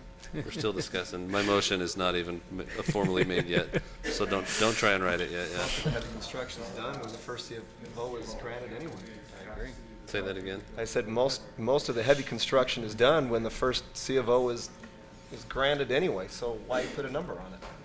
Because we're trying to accommodate the fact that the developer would like to sell some lots before he has to put pavement on the ground. Now, I still think at the end of the day, it may be cheaper for him to put it on day one, if he looks at market prices and all that, but that's not in our purview. Maybe the simplest way is simply say the first 20 units platted. If there's 20 units platted, then it's time to put the road in. I think it's got to be off of plat. If you do it off of any of the other stuff, you end up like what he talked about, where you end up with people who are could be negatively affected down the road. If you're going to do it, it's got to be off the I plat. buy a lot, Exactly. I build a home, I go to get a CO. Get your You CO. say no, what's my recourse? I gotta go Okay. sue the Put developer. it on your before I plat, can move in. platted at 20. It's got to be at Yeah, the so plat. plat at 20. On the 21st plat, triggers a road. 21st Okay. unit that's platted, the road is paved. So then, what that means is if the developer wants to sell some lots, his phase one will have less than 20 He'll lots. have 19, but when the 20th comes, then it's Yeah. going to be done. Okay. We're ready to try this Recorder again. Bullock, are you ready? Yeah. I'm going to make the motion that the council approve the preliminary plat for Steeplechase subdivision located at approximately 3930 South and 300 East, adopting the conditions stated since the Planning Commission's approval, 1 through 10 verbatim, amending condition 11 that the secondary access to Washington Field Road be required to be paved upon plating of the 21st lot, and amending condition 12, adding a second sentence requiring that the access onto 3930 South be blocked by the developer from any public access until recording of the final plat of the first phase. I'll second it. There's a motion and a second. Councilman Turek, aye. Segmiller, aye. Hudson, nay. Staley, nay. Truman, aye. Okay, that passes 3-2. Can I ask a clarification? Sure. Does that mean that we just eliminate the motivation to get to school district road? Because now I don't have any motivation to get it, because I have to go. No, we give you a second access, paving of a second access. It Okay. doesn't matter which one. But that's not how he read it. No, he said a second access. Just clarification, Oh. I hope Oh. that's what it meant. but I don't want to discuss that again. You've already stated that your developer has a lot of motivation to do that access anyway. And but so, would you just read the motion? what's your Sorry. question? Is the motion that we have to build that secondary access to Washington Fields Road with the 21st lot, or is the motion that we have to build a secondary paved access with the 21st lot? See the difference? The motion is that you must pave that access on the 21st A platted secondary, lot. not a specific one, but That- a secondary access. No, the motion was that you would pave the secondary access to Washington Fields Road. Okay. Which is the one you Right. proposed, other than 30. I just understand that now we have to pave that road now. Well, that was the proposal Okay. originally. Thank you. Okay, gentlemen, thank you. So now it takes away that motivation of the school district. Mayor, is there anyone else that's so age dependent that you might want to take a 5 or 10 minute break? Yeah, I really need to use this. We're going to take a 5-minute break. Thank you. So, Tweaking for the so Jim said he has no motivation now. Right. Why? That was my question. No, but Hey, can you, who's going to motivate because it's cheaper? Chris, I have that same, I would like to hear that same question you asked. I'm just asking, why would he not still have motivation to work with the school district? Well, I think what he's saying, and this is the clarification, at least I understood that he was asking for, is wouldn't you be saying that you just have to pay one of two accesses? That's what he was asking for clarification. But I think what we clarified is no, we want the Washington Fields paved. Yes. So that's why he's saying, well, since I know I have to do that, why would I even care about the school district? Well, that really makes me mad because he's singing to us that he has all this motivation to do it because it's in the developer's best interest. Well, I hope that's still the case. I don't know why this would.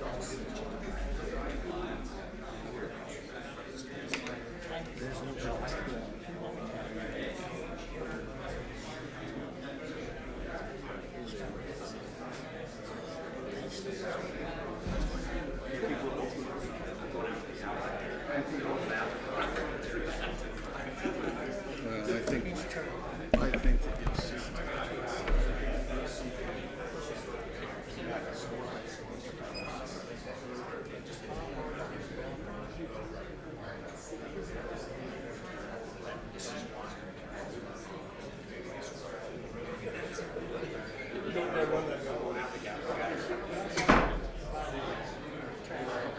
That's right.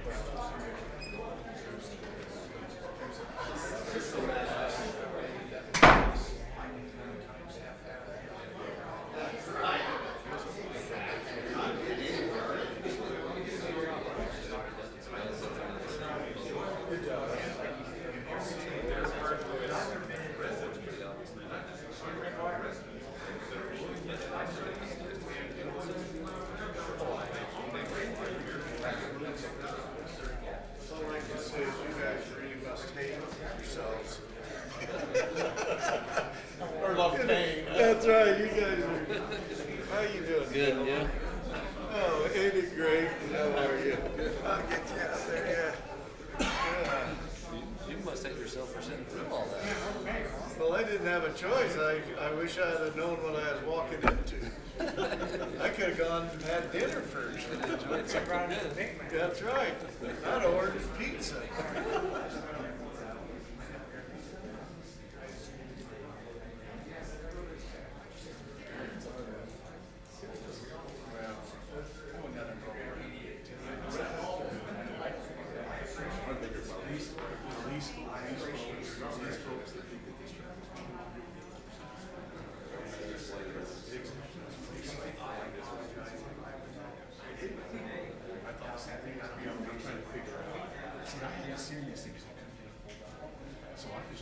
Trying to figure out.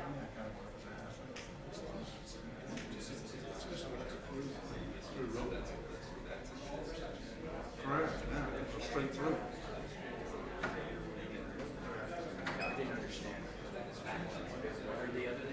No, we have to do this.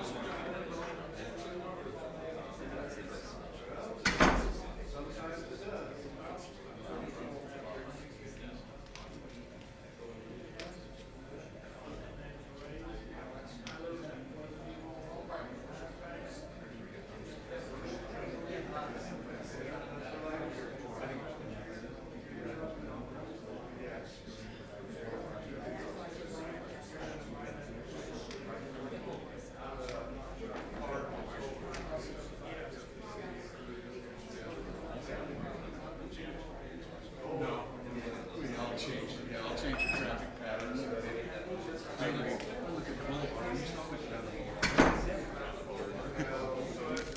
My son, you gotta hear this story. What my son tells me the other day.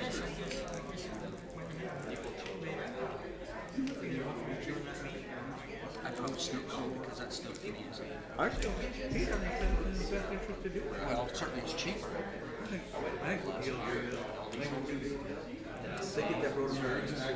Take up the other road. Which we're doing. This is something else. That's where after being a big back. Take you all back to balance like a clamoring. Who does Drew? Yeah, that was Drew. If I didn't know any better, I would think that he was totally for the developer. You know it is. I mean, why that? I'm confused. Why would you fire him? You sound like he was working for the engineer and for the developer. It didn't sound like he was representing the citizens or the community or the city at all. Well, he has a I responsibility. think he represented the rules of the city. Yeah. And he's bound by the ordinance. Well, I don't, the way his whole total voice was, he was representing the developer. So, plain and simple. And that aggravates me. Okay? Vote him out next time. Well, exactly.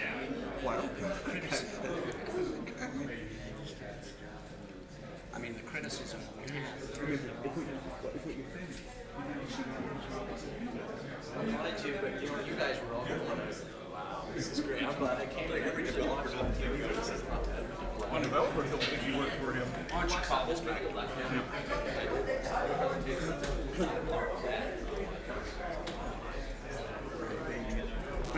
They didn't get their way. All right. Denise, are we done? Is this on? It's not on. Yeah. None of them stood up and said, We'd like to call this meeting back to order. Right now they have this much money, Thank you. and that's,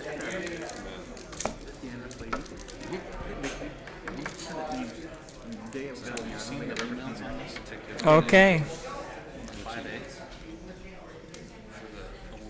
You may need to move on. Well, Councilman Staley he's still Adding it to doing his thing. So,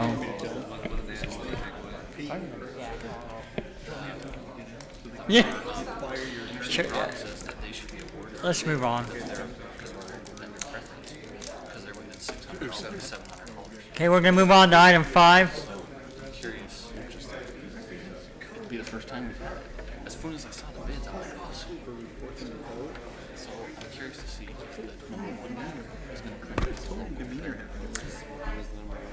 Item 5, award of bid and RFP. we still don't have Councilman Staley, Mayor. Yeah, but we have a group. We got a quorum. he may not come back.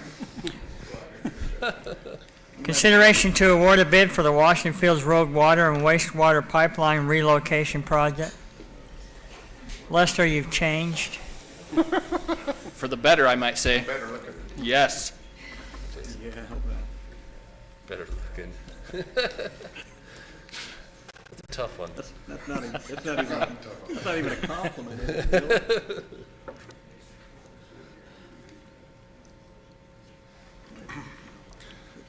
Mayor, Council, we opened bids on our water sewer project yesterday. We had a very good turnout on bidders. There was a lot. A lot of bidders on the project. Into my paperwork. The low bidder on the project was Barton Excavating with the lowest bid of $493,301.90. However, we have an ordinance that the city's put in place that allows to go to a local preference if they're within a 5%. Interstate Rock was second in the bid at $493,968, which is $684.10 difference between the two bids, which puts them at a 0.13% difference in the bid. So with our ordinance that's in place, the staff is suggesting that we award the bid to Interstate Rock. Where is Barton based out? Barton is out of Ephraim. Ephraim? Now, doesn't the ordinance, we award it to them, but we ask them if they're willing to make up that difference, right? Correct, yeah, it's at the They low match. bid, So it's at the low bid price, so it isn't They- costing us anymore. They've they stated they're have. willing to do that. They have done that. We actually, Part of the- yeah, we put that in the Dropbox, their letter, and they actually had to change their bid numbers. Now, Barton has done several projects for the city in the past, and they're a very good contractor, as well as Interstate Rock has done quite a few for us, and excellent contractors. So either one is an excellent contractor. Well, I think that, in fact, it may have been, It was me. yeah, I was gonna say, I was trying to think if it was all this council, but most of this council was involved in putting that ordinance in place a few years ago, and that was so that we could help our local businesses, and especially at a time that it was slow, and so I think that ordinance is in place to do exactly what we're talking to doing here. I'm kind of excited to see it because it's this is actually one of the first ones we've seen where it's come into effect, This is the very first one that we've done. and so it's it's fun to see. Any other discussion?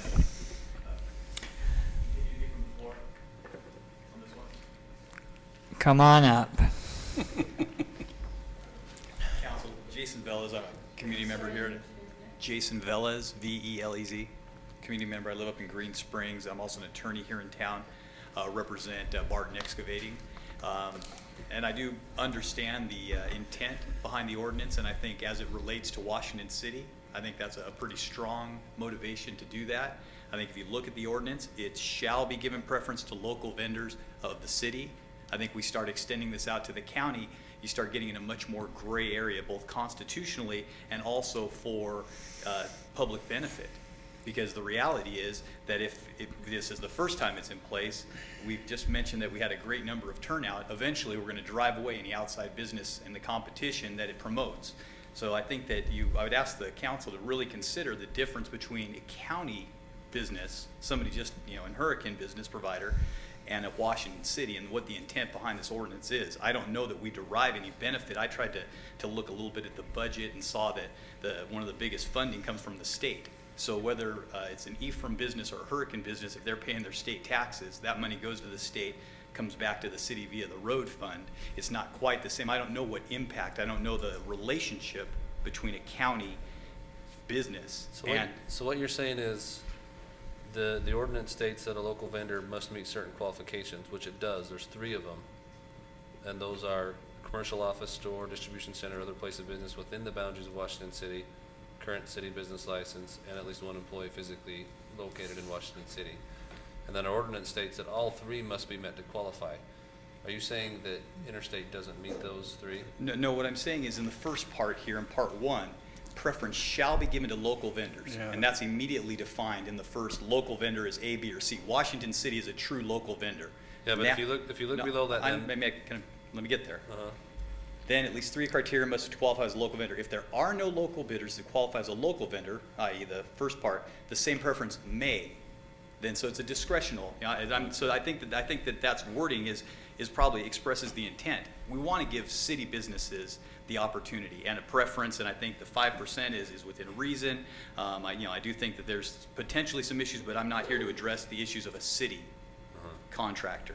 But we start getting that out to the county, I think we need to start looking at a pretty good reason to award it to a county business, such as there's a deeper tie that they're, I believe it's not Lester, but whoever's standing in for him said that they're both good contractors. Mr. Barton has done work. He employs local guys. They buy their local, I think the net impact on Washington City is roughly equivalent. I don't know that we can even distinguish. So you're urging caution on the may then? Absolutely. I believe it's a discretionary. I don't believe you're obligated to give it to a county business. And I think that we start getting into, it becomes really dicey, because at what point, if it's known that any county business is going to run any non-local vendor out, we're not going to have competition. That's the biggest argument against this type of policy. Again, I think on a city level, I think, hey, you know what? I live in this city. I think that's a great crack for local businesses. The county is pretty broad. Just to exclude people based on that, I don't know that we have a net gain by just having a county business. I don't know what the benefit is to say, I don't know what the I tried to look at county budgets and see what the county's giving Washington City. I couldn't see anything on their budget. Well, there's nothing there, but it's the local they employ local people, so it's our correct. citizens Could that be have jobs. citizens. They shop here locally. It's those types of things, and so the idea behind it was to help the local businesses, the people in our area behind to get And things done. yeah, I think and I you need- believe that it actually helps people who are from other parts of the state if they want to come down here and work here, set up an office in Washington. that was my opinion. Again, that's in the city. I mean, there's a big Or set it up in the factor. county. Well, I mean, I guess that's where I think it gets a little more nebulous, and it becomes more of an issue. Again, I don't know, whether this goes much beyond this meeting, but on a constitutional level, you've got to really show a nexus. Hurricane City doesn't offer any type of reciprocity that you could say, well, gee, they're doing it in Hurricane, so I know they're going to kick business our way. I think it's a pretty cloudy area, but again, I mean, that's what we would appeal to the council. It's discretionary.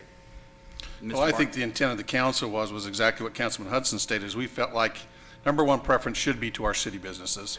Secondly would be to our local county businesses, which do, number one, employ Washington City people.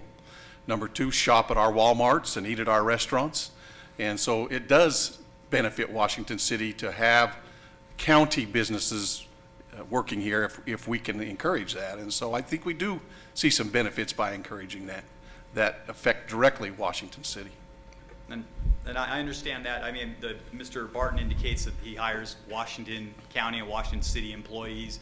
Hurricane's got its own Walmart. I don't know how many people come up from Hurricane to shop at our Walmart. Again, it's difficult. That's the problem. How many actual net employees? It's one of impression rather than the fine details, and that's why I think the may Certainly. May needs to be considered. So I just put that before the council. It's been a long meeting. Thank you, Jason. Thanks, Jason. Okay, any other items to discuss on that? Mike? Any concerns? Okay. Could be discretionary. That's about all. Do we have any concerns? Well, as far as, I believe we had those discussions when we passed the ordinance. I think, that we I think felt to the extent like that it was- does use the term may, I guess it could be discretionary as far as that goes. My understanding is that, at least for this particular city council, is that the intent to provide work to local businesses, whether they're right in our city or in our general area, still stands the same way it always has stood in terms of kind of your feel. So, again, I guess you could discretionarily say I'm not going to apply it, but I kind of doubt you would. And I'm not concerned about the constitutionality of our ordinance itself. If it's unconstitutional, we got a lot of ordinances in this state, in this county alone. We got a lot of ordinances that give preference bidders. So, if it's unconstitutional, it's determined to be unconstitutional, I guess we wouldn't apply it. But I haven't seen that it's not yet. Okay.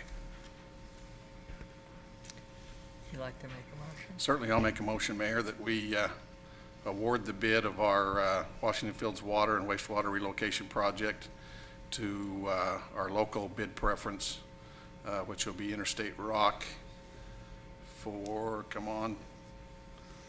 the amount of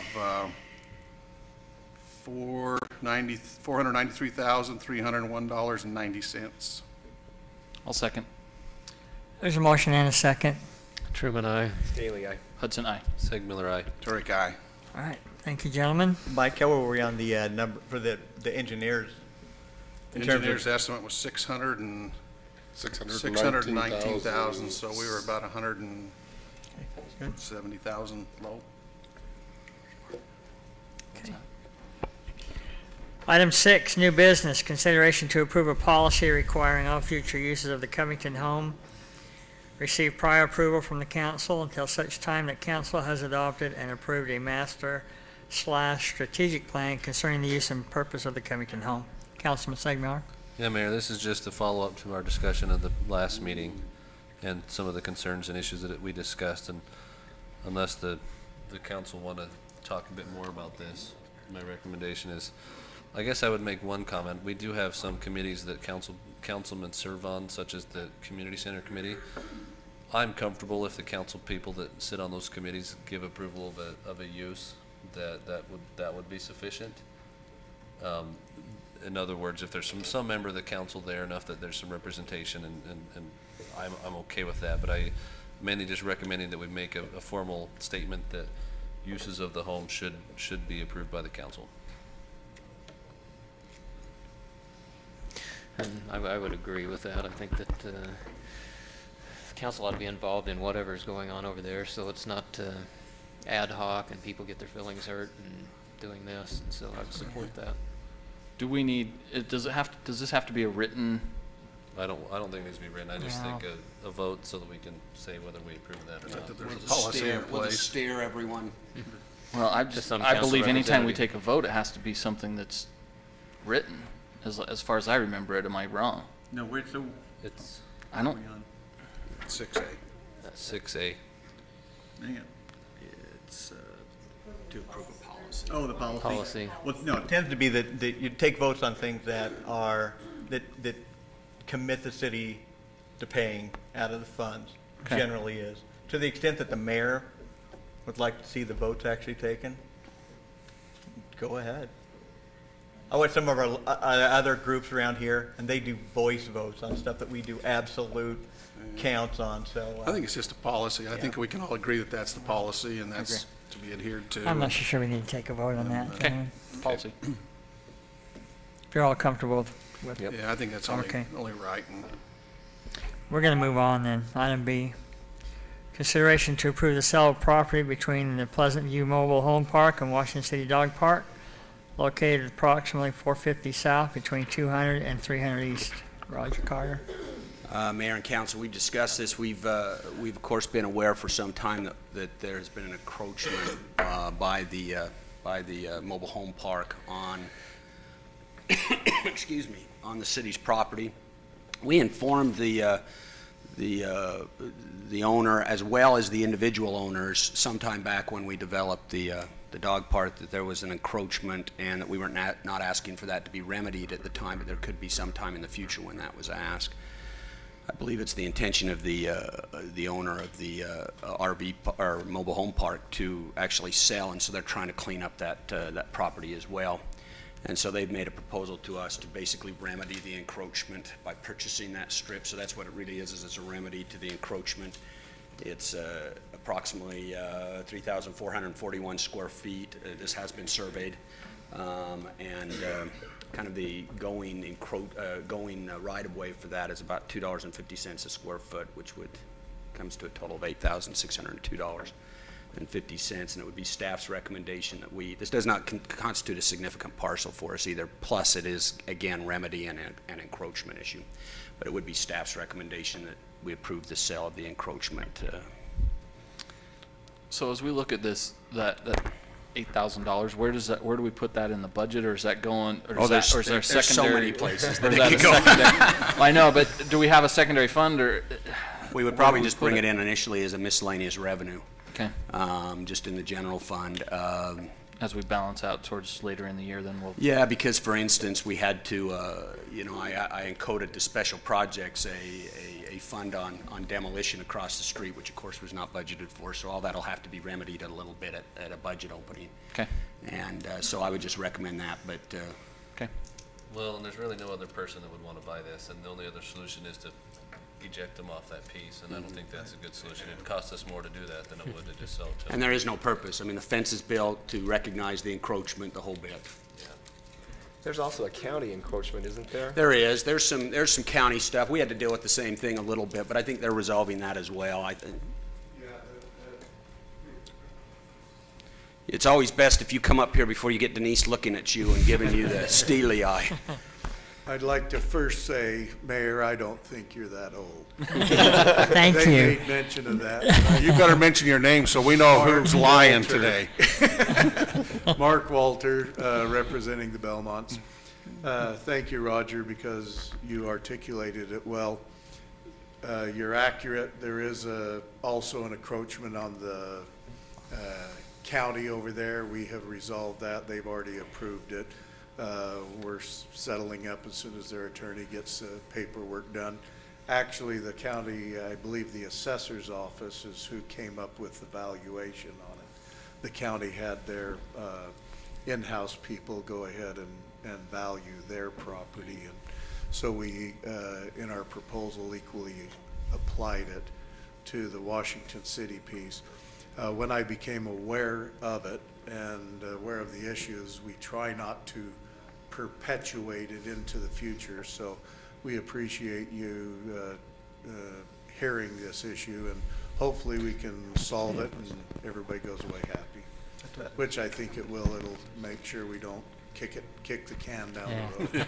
Mr. Walter, I don't want to take too much time here, but that park, that I assume this is being cleaned up for a sell, That's the intent, boundaries. yes. There's a piece, a vacant piece behind the dog park. Do you know what the intent of the property is there? Well, actually, that parcel that is, you're not talking about behind, but you're talking west, correct? To the west of it, yes. Yes. Southwest of That it. piece is currently, the way I understand it from Drew, I believe, that it is not currently zoned mobile home. The Okay. intention was to clean it up and expand it, but from what I understand, the zoning is not correct for that. So in answer to your question, it's going to be, I guess, up to this council what goes there. Okay. And it's owned by the Belmonts as well, isn't That it? is correct. We're talking that little strip that comes off of, I believe. Another it's- acre. No, we're talking that strip as well as Where they a park their piece the RVs. same size Yeah. as the dog park. Yeah, where they Yeah. park their Yeah, boats in and between everything. RVs Yes, and- that's correct. So, thank you for bringing that up. Sure. Any other questions for Mark? Well, I think that also, just to make sure that we often say this, that we comply with our own regulations also, that it sounds to me that we probably need a lot line adjustment to be undertaken and finished. And that can go, we've got that, so it can just go through staff now, but that would have to be a lot line adjustment so that it squares it up on the county records as well as just shows that we followed our own rules and regulations too. And I believe you have all the engineering, legals, and everything Yeah, I for suspect we that have enough to do it strip. with But if already. you need anything Yeah, I think we do, additional- just because of that, that was recently done for the dog park. Yes, that's correct. Roger Bundy did the engineering on the dog park, and he did the engineering on the Belmont piece, but we also had him engineer or calculate that strip and do a line adjustment, so you would have a legal description on that .079. So based upon approval, then we'll turn it over to Drew to handle that through his office. All right. I'll make a motion then that we approve the sale of property between the Pleasant View Mobile Home Park and Washington City Dog Park, located at approximately 450 south between 200 and 300 east, just subject to the legal descriptions and engineering that will be coordinated between the property owner and the city. I'll second the motion. There's a motion and a second. Truman, I. Staley, aye. Hudson, aye. Sig Miller, aye. Torrey guy. All right, thank you. Thank you, Mark. Thank you, sorry I didn't take 2.5 hours. No, we appreciate it. All right, item 7, report. Any reports? It was Thanksgiving, so nobody met. That's right. Oh, we'll move on. City manager report? We continued to work. The, No, he didn't. It was Thanksgiving, so they yes, were it was off, too. Thanksgiving. We made everyone have dinner at their desk. Let's see if there's just any real highlights that I think that you ought to be aware of. We are planning on the Virgin River debris removal to advertise on December 3rd. So we're actually to an advertisement date. Yay. And it's within sight. The telegraph enhancement stuff is going on right now. The good news is it doesn't seem like it is, but it is. And so, is really good. Again, what'll be wonderful next year is that since we had such a great response to Christmas in Dixie, next year it'll even be nicer with the lights on the trees going down Telegraph Street as well. And so that project's going along really well and should be completed by the end of the month. We've talked before about brush trucks with respect to the fire and replacement of brush trucks. We're doing 2 brush trucks there, and the first truck is here and being outfitted now. So I know some of you have had an interest in that, and so that's moving along pretty good. Sewer cleaning truck, if you remember the pricing on that, we've been able to negotiate about a $20,000 deduction on the CNG costs. Nice. So Mike, where does that actually put us to what we originally anticipated? Could you remember? That sounds about close. That sounds pretty close to where it was, because it was about 20% high. Yeah. She'll get you. There was, I believe, a $22,000 difference in the cost of the CNG between the 2 suppliers, even though the higher priced CNG supplier was still the low bid. Right. We actually negotiated that out, worked it out to where he actually reduced that price by $20,000, and it worked out to where we actually purchased the truck directly from Freightliner, and they will drop ship it right to the manufacturer, so that we got the same truck by purchasing the truck separately. Good. So it worked out really well for us. Great. I'm not seeing that there's really anything else that I think I need to really bring up.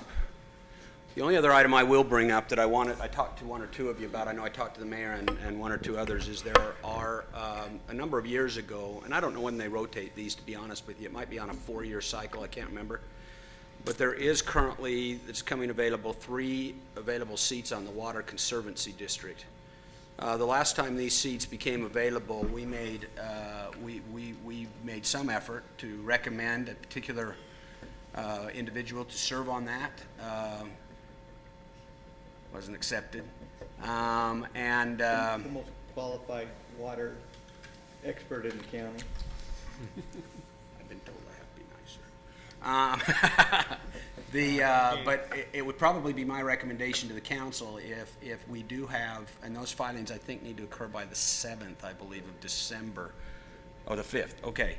And so I guess the first question is, do we have an interest in anyone, does anyone have an interest, We're particularly from talking this the body? board? Yeah, Board. on the board. And this is appointed by the county commission, so that's how this Interesting. works. The names are submitted. I don't know, I can't tell you who the vacancies are. Do you know, Mike? I'm trying to see who the board even is right now, but I'm having a hard time. Dennis You have Mayor MacArthur and Iverson. Dennis Iverson is from Washington. Is Mayor Hershey on it? I think Mayor Hershey's on Mayor it. Hershey. Well, Mayor MacArthur's on it. Yeah. Mayor Hershey's on it. I know I'd have an interest over there on it. There's 3 open? That's- Last time there was only 1, and Let's see here, so I see Ed Bowler, Dennis Iverson, Howard Bracken, Jim Entz. I'm used to being a lone voice. Thomas Hershey, Dan MacArthur, and Jim Lemon. Absolutely. Before we had promoted Rick Hafen to serve. I talked to Rick. He's the one that actually made this known to me, and he didn't indicate that he really did have much of an interest this time, but he did still think it might be something that the city would want to consider. So how do we go about making Well, this? I think. Do I submit the recommendations? No, I think anybody can submit. I think they can submit it themselves. I don't think it has to come from a body. I just wanted to know, because what we would probably try to do is also try to drum up some support with respect to who might have an interest with these positions. And I don't think it has to necessarily be one person either. I think we can. Correct. Great. so we have 2, so we have the mayors of the 1st and 3rd largest communities. The right now. expiring terms, Howard Bracken expires in 2012, Jim Entz expires in 2012, and Mayor Hershey expires in 2012. So those are the 3 that are expiring. Do they reapply? Is that what happens? Enterprise Rancher. Last time, that's Dennis, what happened, is they the just reappointed Why? the same ones. I thought they put them if they're planning. No, they kept the same ones in Oh, they place. kept the same one. Well, this time they got 3 of them going out. Yeah, as a matter of fact, that's the response we got back. The response we got back is they'd already gone through the learning curve. Yeah, let them do it. And so there was not, they wanted, Pipeline was too critical for any changes. They certainly have a history of putting the mayors on there. I didn't know Mayor Hershey was on it. And then after Well, that, Mayor MacArthur, MacArthur's on it. Well, he's always MacArthur, been on it. Lemon, Iverson, and Bowler all 2014, so in 2014 there'll be 5. So I guess whoever might have an interest, if the council is, well, whoever might have an interest, I'd be were happy you- to work with them in helping them know how Were we you want to told that approach this. none of those 3 are reapplying? Or No, no, just I have that- no idea. I would, Okay. matter of They fact, probably if I'm are. making an assumption, I would assume that they probably are. That they all are gonna I stick would think if around. we want someone whom we feel maybe has a greater connection to this body's interest, that you'd want to put someone up and then have the support of this body in making that application to the county commission. I think you're interested. Yeah.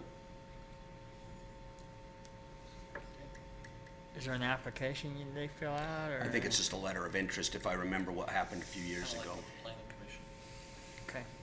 I'd support anybody on this body, I would too. moving forward with that, and I'd put my name to a letter to that effect or something, you know, I think Washington City needs to have that kind of representation, either at the mayor level or at the council level, or both.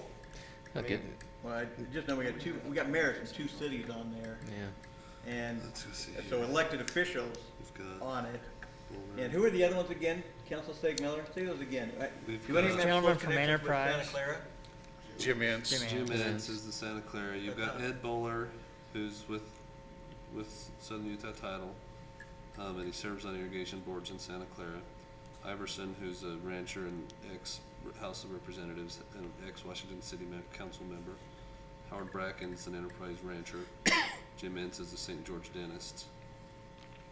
And it says he has relationships with Sun Forest Bank, but that's not around There we anymore. go. Jim Lemon's a realtor who was on the board, so Jim Lemon's a realtor. Dan MacArthur's a St. George guy, and then Tom Hershey's the barber in Hurricane. So those whose names who'd like to have their names submitted? I said I will. I'll still go do some research, and I mean, I may or may not at the end of the day, but Well, what I'll do is I'll for sure forward to you kind of the process. The process. And then you can kind of, and then from there, we'll decide how we want to loop the rest in as far as support, not just this body, but others. I know, for instance, I think Rick Hafen would be a big supporter as well, and with the groups he works with and others. it looks to me like they try and cover the different areas, kind of like we try to do with our planning commission. Yeah. And I would guess if those 3 are all gonna reapply, they don't get it again.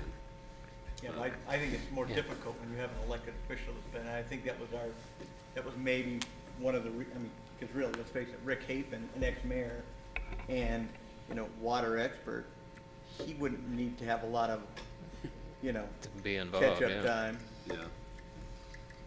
Does So I Washington, just think I think it'd be an easier position to take, that we need someone from one of our elected officials to be on that board. has anybody from Washington City ever been on the board? Dennis Iverson. Iverson. Dennis Oh, was Iverson, on it. Dennis okay, Iverson. Okay. I don't know if he was on it when he was still a council member, though. No, he was, Yeah, I think it was after I think that. he was after. Okay, then I'll get that over to you. That's all I have, Mayor. Okay, thank you. Any reason to go to a closed session? Then there's no reason that we shouldn't adjourn this meeting. I will motion that we adjourn. I'll second that one. Truman, I. Staley, Hudson, aye. Seg Miller, aye. Terry Guy. Thank you, gentlemen. When's our next meeting? December. It's second Wednesday, what is it, the 12th? At the end. Oh, sorry, it was at the end We of don't have the 2, December. we just have the Oh. 1. You got your regular schedule for next week. Well, we have The something. 12th, right? Drew, Yeah, I'm that's supposed what I to thought. find. It's the 12th, right, Denise, is this Denise? off? Denise? Wait, wait, wait.